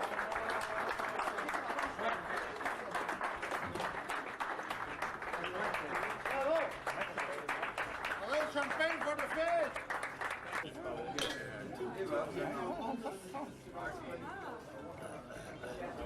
Am I sharing this with anybody? No. Oh, okay.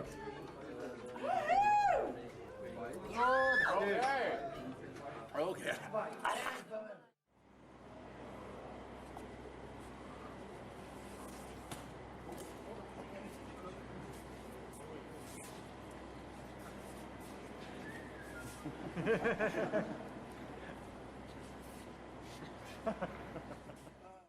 Yell it out, please. You have to stop all the work now, please.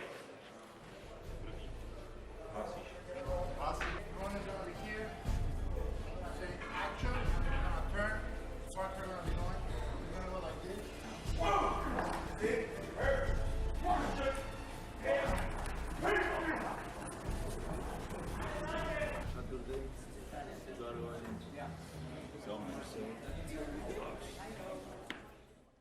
Just coming up with the right coat for Hellboy, for example, was really quite a challenge. You know, do you make it out of fabric? Do you make it out of leather? One of the interesting things I find about comic books is that from illustration to illustration, it's never quite the same image. Like, it's about the action and what the character's doing. So if the character's standing there talking, then it looks like an ordinary coat. If he's jumping off the building, well, it's flying, out, or he's been through some amazing fight and it's been ripped and torn, and to try and bring all of those elements together to make a garment for a movie that you shoot in continuity. So we had this amazing source material, image-wise, to start with. It wasn't like starting sort of from ground zero and then building up a look. It was taking this amazing artwork that Mike Mignola had done and getting this team to come together to bring it to life. And that was, I found, really interesting dilemma, because to literally be taking a two-dimensional art form and making it three-dimensional from all aspects, working together was really a challenge. Most of the principal wardrobe was designed and constructed. There's a little bit of shopping that was done, because it is a contemporary movie, so there was a little bit, where there are suits, with the exception of John Hurt's clothing. That was all made. That was all handmade, with a little tailor that made those, so they had a real sort of old man feeling to them. We could probably have gone and bought them, but it was better to find the right textile and just give him a little different feeling. And Liz is really quite eclectic and bohemian, so again, about half of her clothes have been made and about half of them we bought, so we have one or two delightful pieces from Armani and Prada, and then added those with kind of street-wise bits and pieces, and where I couldn't find things that blended really well, then we would just go ahead and make them. And then in some instances I'd find something that I really, really liked, because Selma Blair is very petite, so you'd find something that really worked on her, but you couldn't get the multiples, and we needed to have 6 or 8 or whatever it was. So then we would basically make what worked look great on her. Cronen's wardrobe is really fun. Ladislav and I were talking today, saying, he really is the full fashion ramp of S&M wardrobe. I mean, he's in these amazing, it's kind of a stretch rubber, fleece-backed rubber suits, and they're kind of second skin, and they're form-fitting, but they're mixed with quite interesting scabbards for his weapons, and the masks that he has. The masks are quite scary in their own way. Across the hall is the prosthetics department. So, because we work so closely with one another, with the costumes having to work around the prosthetics that they're doing, and Cinovation with their makeup have done an absolutely phenomenal job. And then for us to augment with the costumes that would go on and sort of finish that off, to bring Mike's amazing imagination into fruition has been really, really, really exciting. Here we go. On the mark. Quiet, please. Set. You are. And roll. Free speed. Free speed. Hold your arm there, Brian. Hold it up. Okay.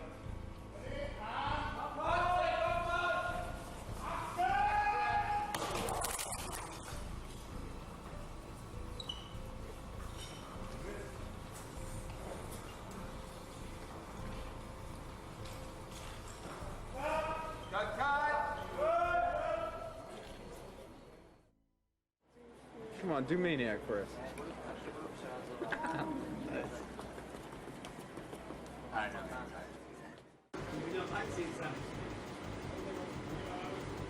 Okay, guys, here we go. Come here. I'm going to do the falling off the gun. This time from here with a crane. That when he gets swipe, it goes like this. Bam. And another one here. He gets swipe and it moves sideways, catch and fall. And then I take this.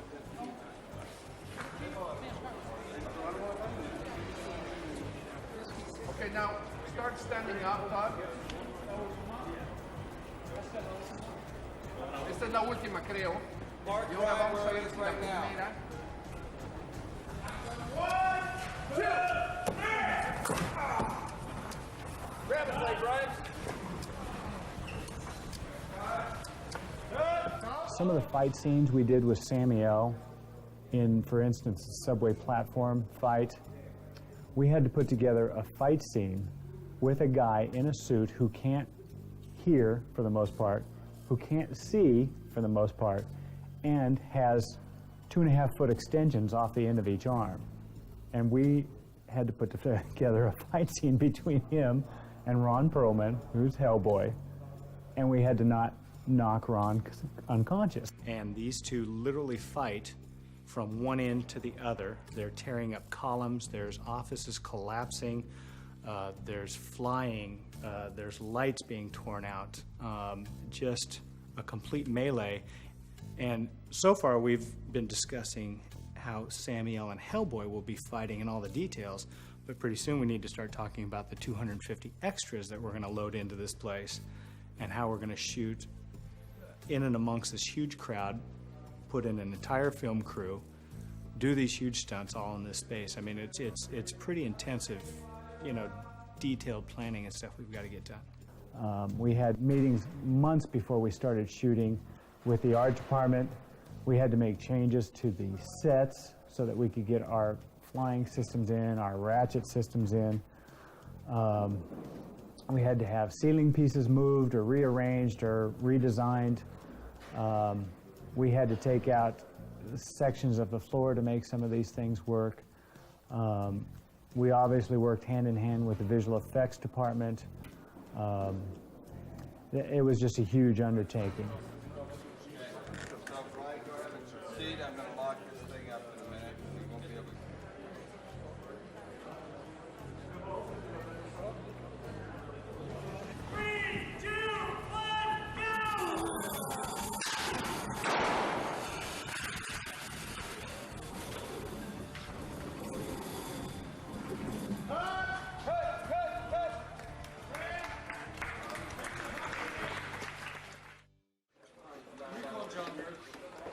Good morning, sir. Good morning. Okay, here we go. Stand by and roll, please. Michael, do you have a cell phone number to call John here? Morning, John. We need you back. Just for one quick little pop. And a little pop. We gotta just get that far down. Can we go? I have to be in Prague 4. Do you have to do that? Yeah, it does sound like Jeffrey Zero, right? Okay. Yeah, Yarda? I have a lot to do today. Here we go. Set. Quiet.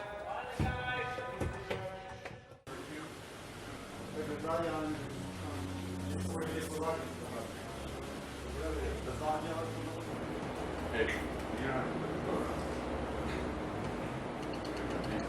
I have to put it up the crane? Yeah. It doesn't match. Oh my God! But nothing I have. Neither this doesn't match either. Move a little more to your right, Yarda. I'm off. I'm sorry. It's me. It's not yada yada. Is this?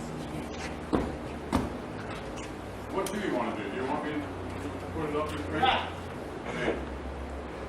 Oh, by the way, Patrick said if you wanted electricity, you should pay for it. You wanted a what?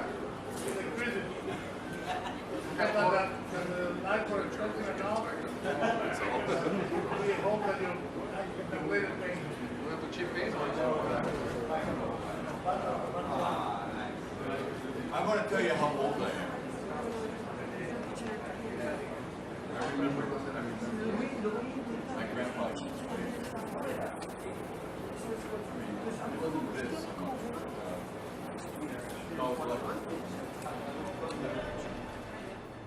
I believe that the cinematography, the images have to be at the service of the story. I don't bring a particular aesthetic to the plate that is divorced to the story.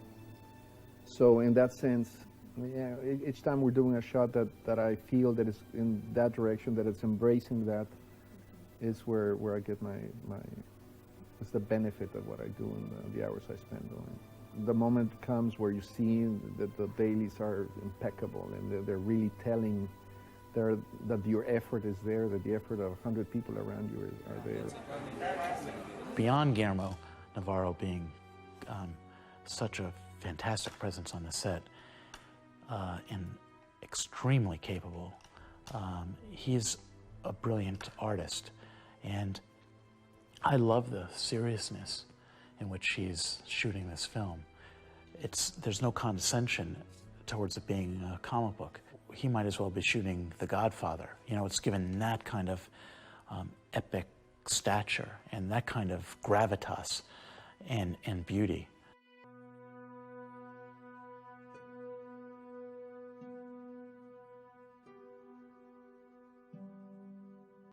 Well, the statement is the look of the comic, and it has to do also with the production design and the color of the sets. The majority of the shots of Hellboy are either at night or in sets that are built. So it's really, it's 90% of the show is it's a lit environment. And we've had the use of techno cranes and hot heads, and pretty standard for this kind of movie. It's a mix between an action movie and a very emotional movie, so it has different needs of how the camera describes or moves. We have a very special small crane that I love, that I discovered when I did another movie with Del Toro in Spain, when we did The Devil's Backbone together. And we brought it from Spain because we found that with that little crane we could accomplish things that we haven't before been able to. So that's the other ingredient of our preferred toy.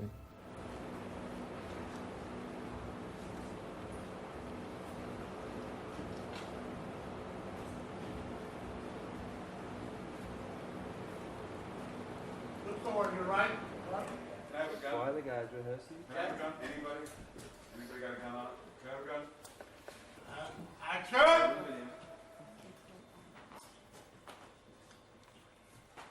Hey. Mikey.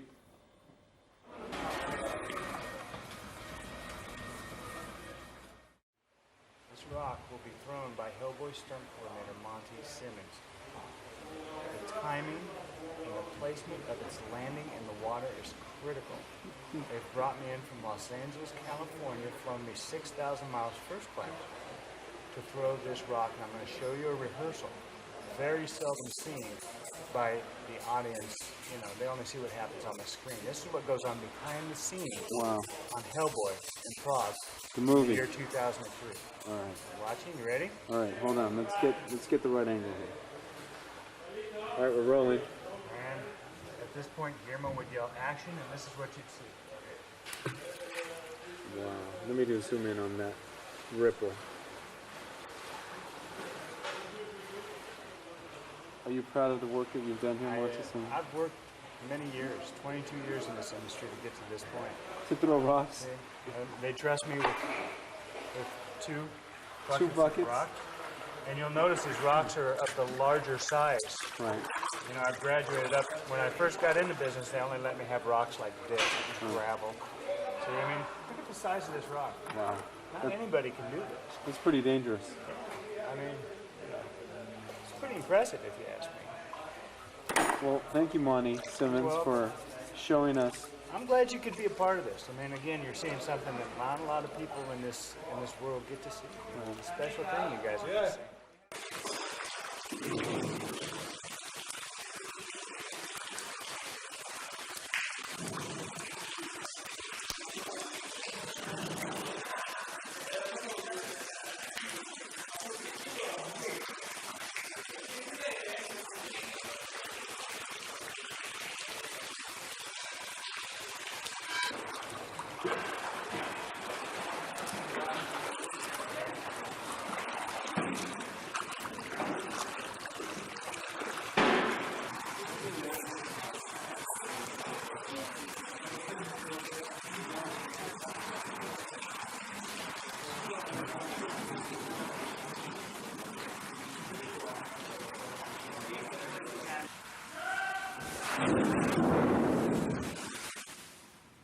Painting these sort of sets is absolutely crucial to getting it to feel right, and it is like the third layer, if you like, on the sets. You've drawn them up, you've had them built, you've had them constructed, but now it's this layer of paint which has to go on, and yet another layer of paint, and yet another layer, giving it a lot of depth and character. We're filling it with water about a foot deep, and it's going to be very murky, and we've generated these large clusters of eggs for sort of Samiel eggs, and which are lit from below, so they just glow in this dark light. There's a large fight sequence in there, which is mostly all computer worked at the end of the picture. So we're providing a space, if you like, and special effects will blast the water and other types of effects in there. I mean, the majority of sets have large special effects requirements to them, and be they mechanical or hydraulic or whatever, we have to obviously incorporate those into the building of the sets, and also sometimes the design of the sets, so that they do work from a visual point of view as well as a practical point of view. We're sitting in one right now, which is a set consisting of large would-be metal doors which spring up out of the ground with flaps that pop down and prevent people climbing over it. It's an important sequence in the story where the team gets split up into two groups of two, and this door appears. It's too big for us to make as a special effects. A door coming out of the ground, that's computer added later. But the door itself, when it's up in its up position and the flaps drop down, that's all special effects. And it's wonderful that we have CGI work and computers now, because they can even stretch it even further. We can make sets that go so far, but it's the computers and the guys in their rooms back in America or London, wherever, that can really stretch it even further.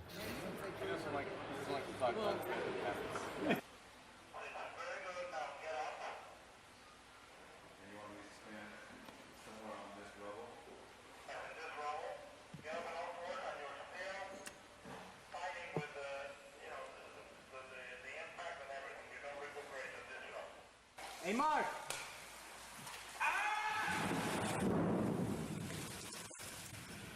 Action!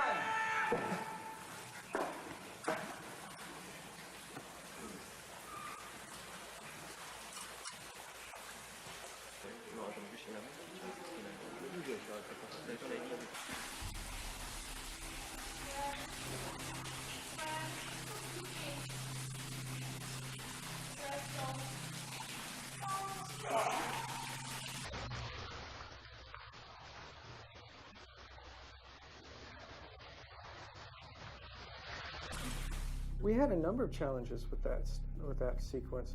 You know, you had 6 Sams jumping on Hellboy, and sometimes in one of the big fight shots, it's a practical Hellboy miming a fight that we actually, you know, changed the speed of the way the plate was played back a little bit to get it a little bit more dynamic, and then you cut directly from that to, you know, a completely CG Hellboy fighting 7 CG Sams all at once. Plus, we had the additional challenge of having the practical suit Samael, which is beautiful, in the shot, and we had to match that.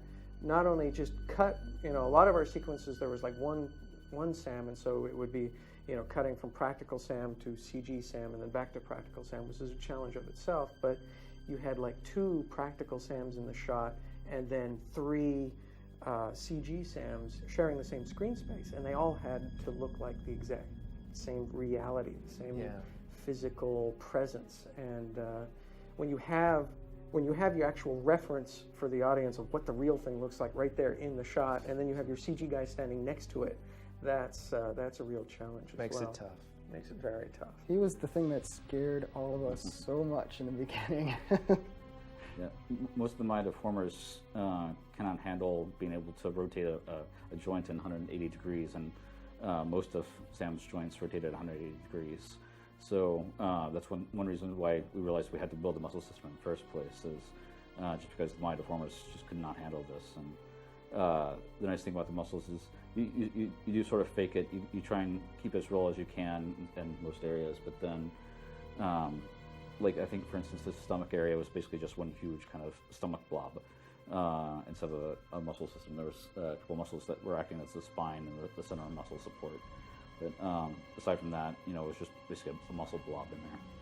He was really hard to animate because he can dislocate all his joints and stuff, so you don't even know where to begin animating him because you've got all these possibilities, and his anatomy is really strange.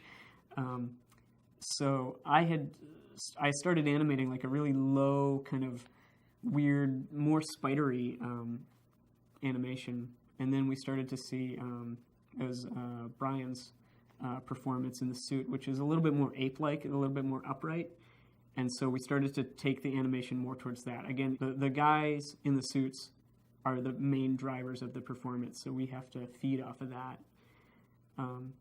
So at that point, we started to make them a little bit more upright. They've got this, like, he had this real powerful kind of central core that he'd walk around like that, and it was real cool and ape-like and powerful. So we started to use more of that. But every now and then you see, like, our Sams have a little wider spread because we can do that a little bit easier. He would kind of have some balance problems at that point. But, like, Guillermo really likes to mix up the practical stuff and the digital stuff so that hopefully you can't quite tell what's going on anymore, and it makes it a little bit less apparent, like, oh yeah, now we're in CG land, oh, now we're looking at a puppet, you know. So it was always the plan to kind of have the mix of some guys are real and some guys are CG.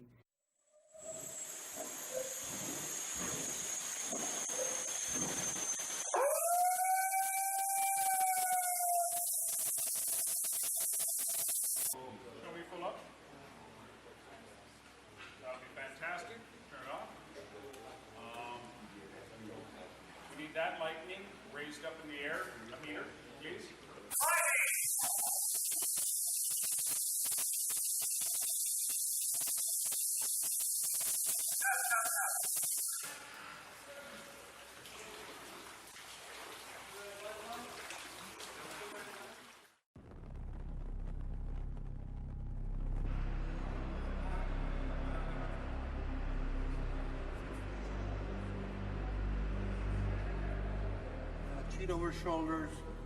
There's not such a thing as the other side of the bridge, because there isn't. So,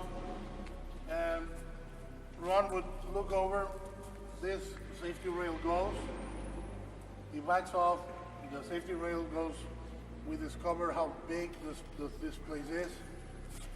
He backs off and says, "Are you okay, Ivan?" And Ivan says, "If I had legs, I would kick your ass." and then, at that moment, Ron says to Lime, "Could you hold Ivan for a second?" Lime is right next to him. He goes for the rope, and we cut to the gears over there, going down. Manning goes to the door, trying to stop it.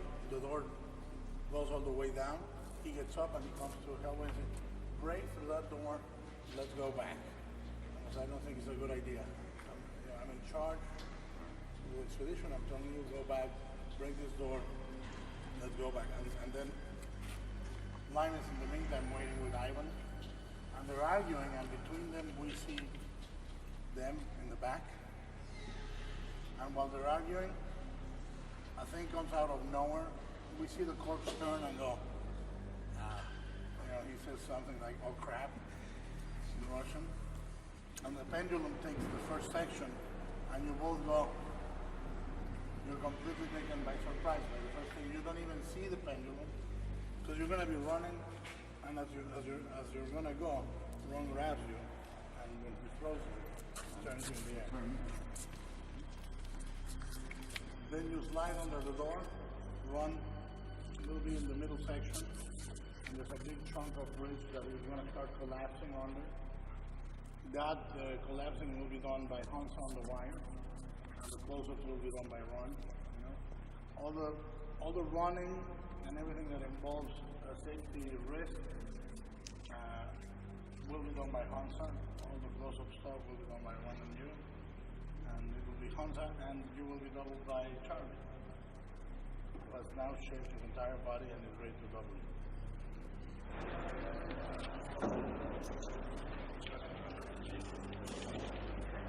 All the way back to the end.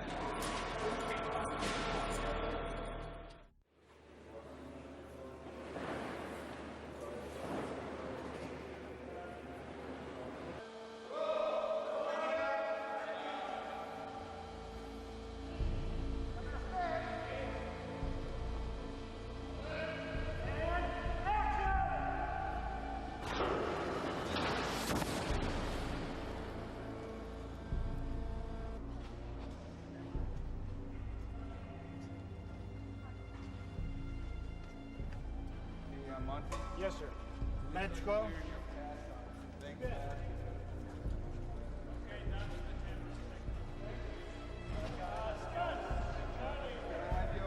going to have to have one shot.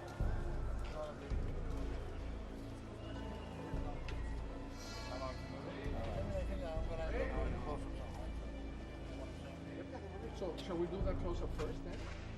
A lot of the stuff that we had to do to enhance what was shot on set meant that we had to replace large sections of the bridge in order to make them more dynamic and to explode and come apart. So in this particular shot, we have almost, I believe, everything was replaced except for Hellboy. So we basically took Hellboy out of what was shot and put him on our digital bridge.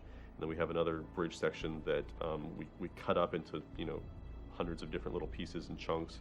And then we ran a dynamic simulation where we essentially, actually simulated a pendulum hitting the bridge, and it just blew it up into little pieces, and they all flew at the camera.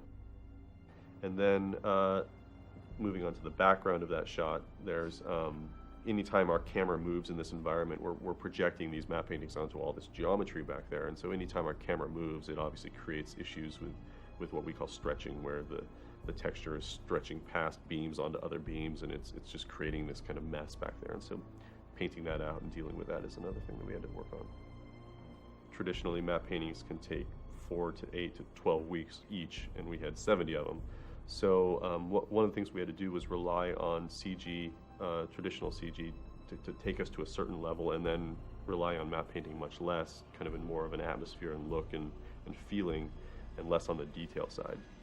So, initially some of the things we developed really early on were procedural brick shaders and a lot of procedural textures and stuff, and trying to get things kind of laid out in the environment so that we had those details there for the map painters to start from, and then they had much less of that kind of mundane stuff to do, and they went from there in a more kind of artistic way, and they were able to just add a touch of atmosphere and mood and lighting and stuff like that.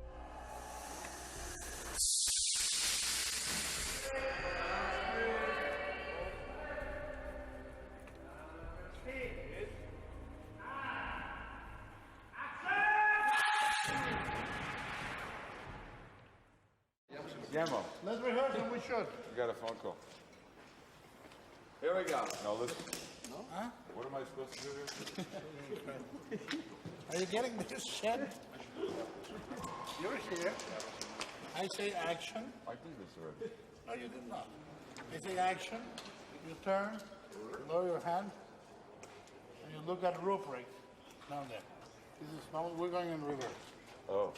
All right? Yeah, but I was deliberately not going to look at him until I caught the thing. No, you should look at it every time. It looks like you're looking at him when you catch the things. Really? Yeah. That was not my Right. intention. Thank God. My intention was to just catch it, to just magically know it's there.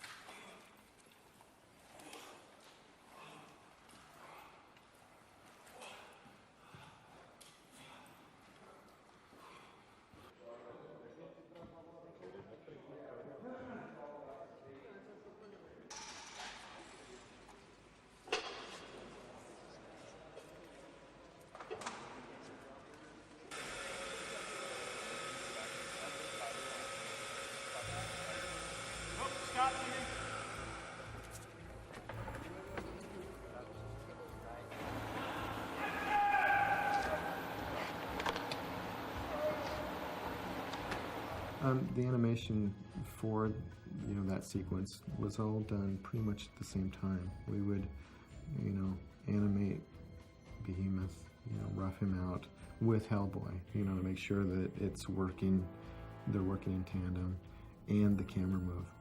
To create a CG Hellboy and most of the digital characters, we start off with a scan of the character, and that helps in a few different ways, because number one, it is the actual actor, in this case Ron, in the Hellboy makeup. We had a full day where we made Ron up in the Hellboy makeup that he scanned, completely digital cyber scan. For Hellboy, because he's the main character, we also had to scan his head with various reactions and various looks of surprise and anger and so forth that Blair Clark from Tippett would supervise and request, knowing that an animator will need to take a character from a look of anger to scream in surprise and opening his mouth, what we call breaking the character a little bit so they can scale back. So we'd go open really wide and look really big, because then you can take that big look and scale it down to his straight, bored, docile look. Generally what we do here at Tippett is we use the scans and we take them and clean them up, and basically those are used for measurements and to make sure the proportions are consistent, recreate everything based on that, but they're used as a point of reference. Throughout the film, we referred to Mike's artwork for a lot of the specific poses, like when he jumps up, when he's going to smack the Samuel on the head, that was like Guillermo had always, when we were shooting the plates, he was very adamant that that has got to be straight out of the comic book as far as poses, and the comic, for our work as well as for the production, it always served for the Bible of this show. It's like if there's ever a question, Guillermo would always point you to the comics, and We really adhered to that, specifically in that sequence in the multi-Samuel fight in the egg chamber, as well as in the shaft fall when Hellboy is clobbering Samuel. As they fall, you know, there's a specific, you know, pose where he's gonna just whack him with a stone hand. Ron had some requests for us to, like he really wanted us to have a gut punch on Samuel, you know, underneath, like, and break his ribs. So we're like, okay, we'll put that in. And then we would watch him and how he fought, because there were lots of, you know, there's tons of footage of Ron and the Hellboy stuff beating up on imaginary Sams, or like the Sam in the suit in Subway sequence.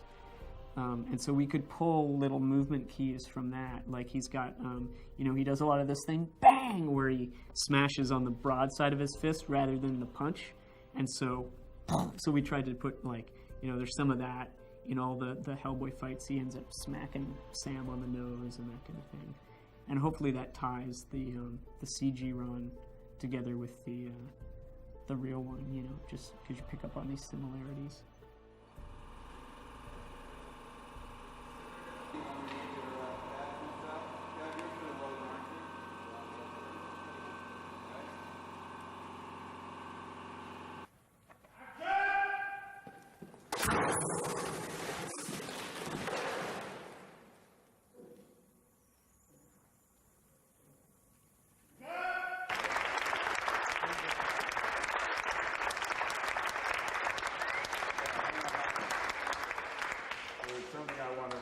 Say to this crew for a really long time now.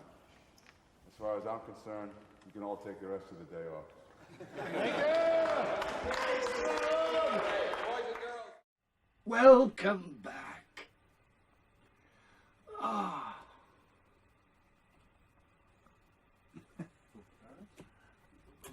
Oh, what happened there? I think the first one's the first. The English made a mistake. Only the Mexican remains in. Well, you made the mistake by being late, so I think we're all tied. I made the mistake of being here.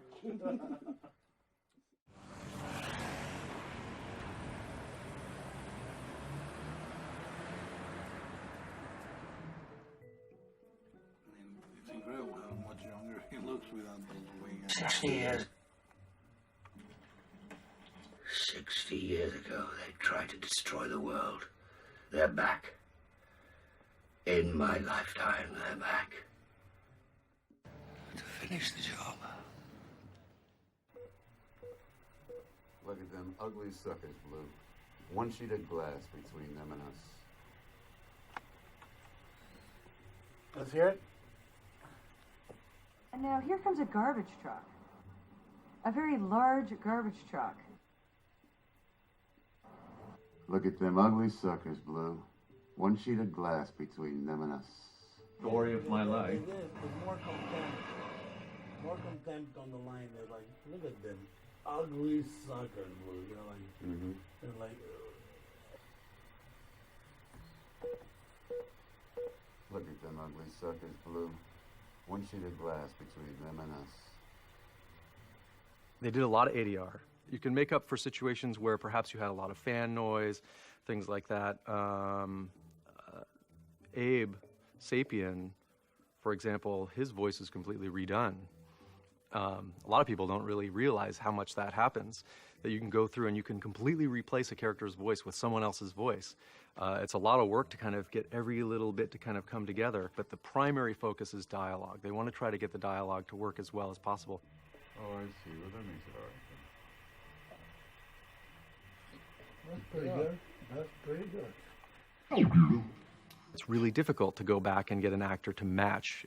Really, really good actors can do it, and it just goes flawlessly. But it's a really difficult process, and it comes at the end, and it's, you know, it's a challenge to kind of make that work. Foley generally is the interaction of people or characters with things. So the Foley in this case was a bit challenging too, because a lot of these sets, you know, they're walking around, they're supposed to be walking around in stone, they're supposed to be walking around on snow. Hellboy's supposed to be this big, huge, heavy guy. His hand, every time he moves it, it has to sound like stone. There was a lot of Foley work. A good example I like to use is if someone goes and opens a car door, them grabbing the handle, that's Foley. The door opening, that's effects. The effects, very little of it is actually recorded on the set. Most of it is done after the fact. And for example, Cronin doesn't actually have all this respirator breathing when he breathes. His back doesn't actually crack when he bends over. There's guns that aren't shooting actual bullets, all these things. All of that stuff has to be redone. For example, the dream where the hospital blows up.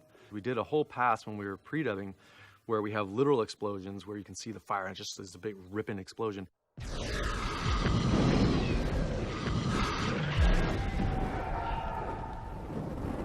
And then we have these really strange ones, like for example, you see fire coming at you down the hall, and that's I put in the sound of a reversed jet flying by that would give you that kind of pitched ramp up, that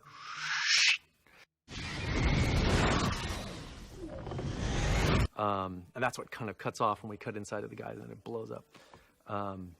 So we had like a pre-dub of surreal, strange fire sounds. We had obviously a pre-dub of real sounds. We had debris pre-dub for when the place is collapsing and stuff is falling down. Actually, I think we had a couple of pre-dubs of that because you have smaller debris and you have bigger rock debris. We have glass pre-dubs. We have, you know, all of these things that have to kind of be brought together and layered and mixed. So.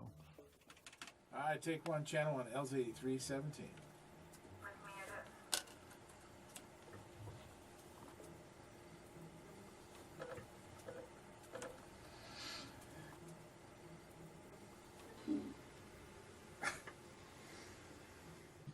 It looks so cute sleeping. Couldn't we do the whole movie with me like that? Ready? Yeah. Great. Here we go. 2 to measure 2. 1.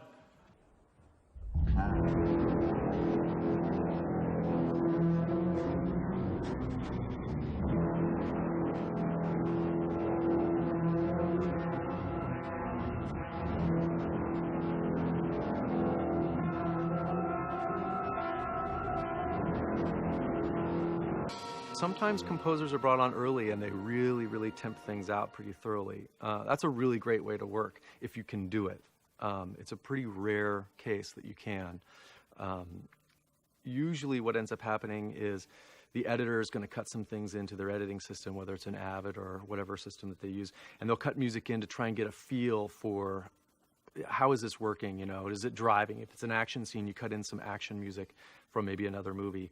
A lot of times you're going to do a temp version of the movie where you do a mix, like a small final mix for a couple of days to get it ready for a preview. So any of you that have ever gone to a preview before and you think to yourself, I could swear that music's from another movie. Well, it is. It's like we're trying to kind of get the emotion and get the mood. And so usually because of that, you get the score kind of coming in at the end. So once you get to that final mix, you get music that generally you haven't heard before that we scored here. The Foley pre-dubs have come together. The dialogue pre-dubs have come together. All these elements are coming together in this one room. And the director is sitting here and he's interpreting and he's deciding what he wants to hear. And that's the place where, especially as an effects person, you really have to let go and you have to think about what's best for the movie, you know? Yeah, we did a lot of work on this whole sequence, but emotionally, with the music and with the dialogue, let's get rid of all these things, you know? Or, yeah, we bring it all together and let's just play it with the effects and see if it's working the way we want it to work. Final mixes are a pretty fun, creative place, and a lot of ideas get thrown around, and so having that flexibility with those pre-dubs is really, really important.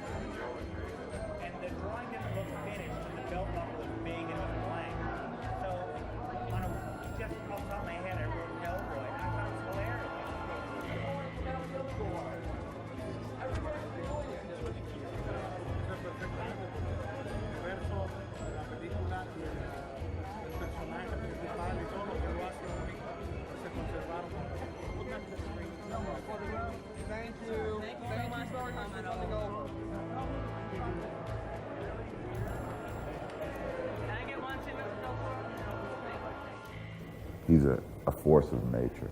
You just know that every single aspect of what's going into making this film is filtering through the smartest guy on the whole scene. He had the whole movie figured out ahead of time. So it's really a matter of climbing into Guillermo's head and watching his movie and listening to his movie. And it's a scary place, by the way. He'd show up anytime. If I got into a spot on a sculpture or at any point, he said, just call me, and he'd come right out, take a look at it. And the other thing I really like about him, if he doesn't like something, he tells you right away. And he has no problem with that, which I think is really great. But it could be a long night of work after that, so. The moment I met Guillermo, I fell in love with him. We had the hugest hug, and I think everyone feels that way about Guillermo, but I'm so comfortable with him. I don't think I could find a more passionate director than Guillermo, and he just is never exhausted. He puts in 7-day weeks. He's been working on this project for years, so I have utmost faith and belief that this will just be a beautiful, beautiful film. He's a genius when it comes to directing. I love the look of his films. It's amazing to me what he can do with an average stunt. The way he films it makes it look so much different and newer. I fully believe in the trickle-down theory, and Guillermo del Toro being at the helm of this production definitely trickles down to all of us. His passion, it comes through all of us. And him being a big fan of the comic book helps, and him being a big fan of the character Abe Sapien helps me.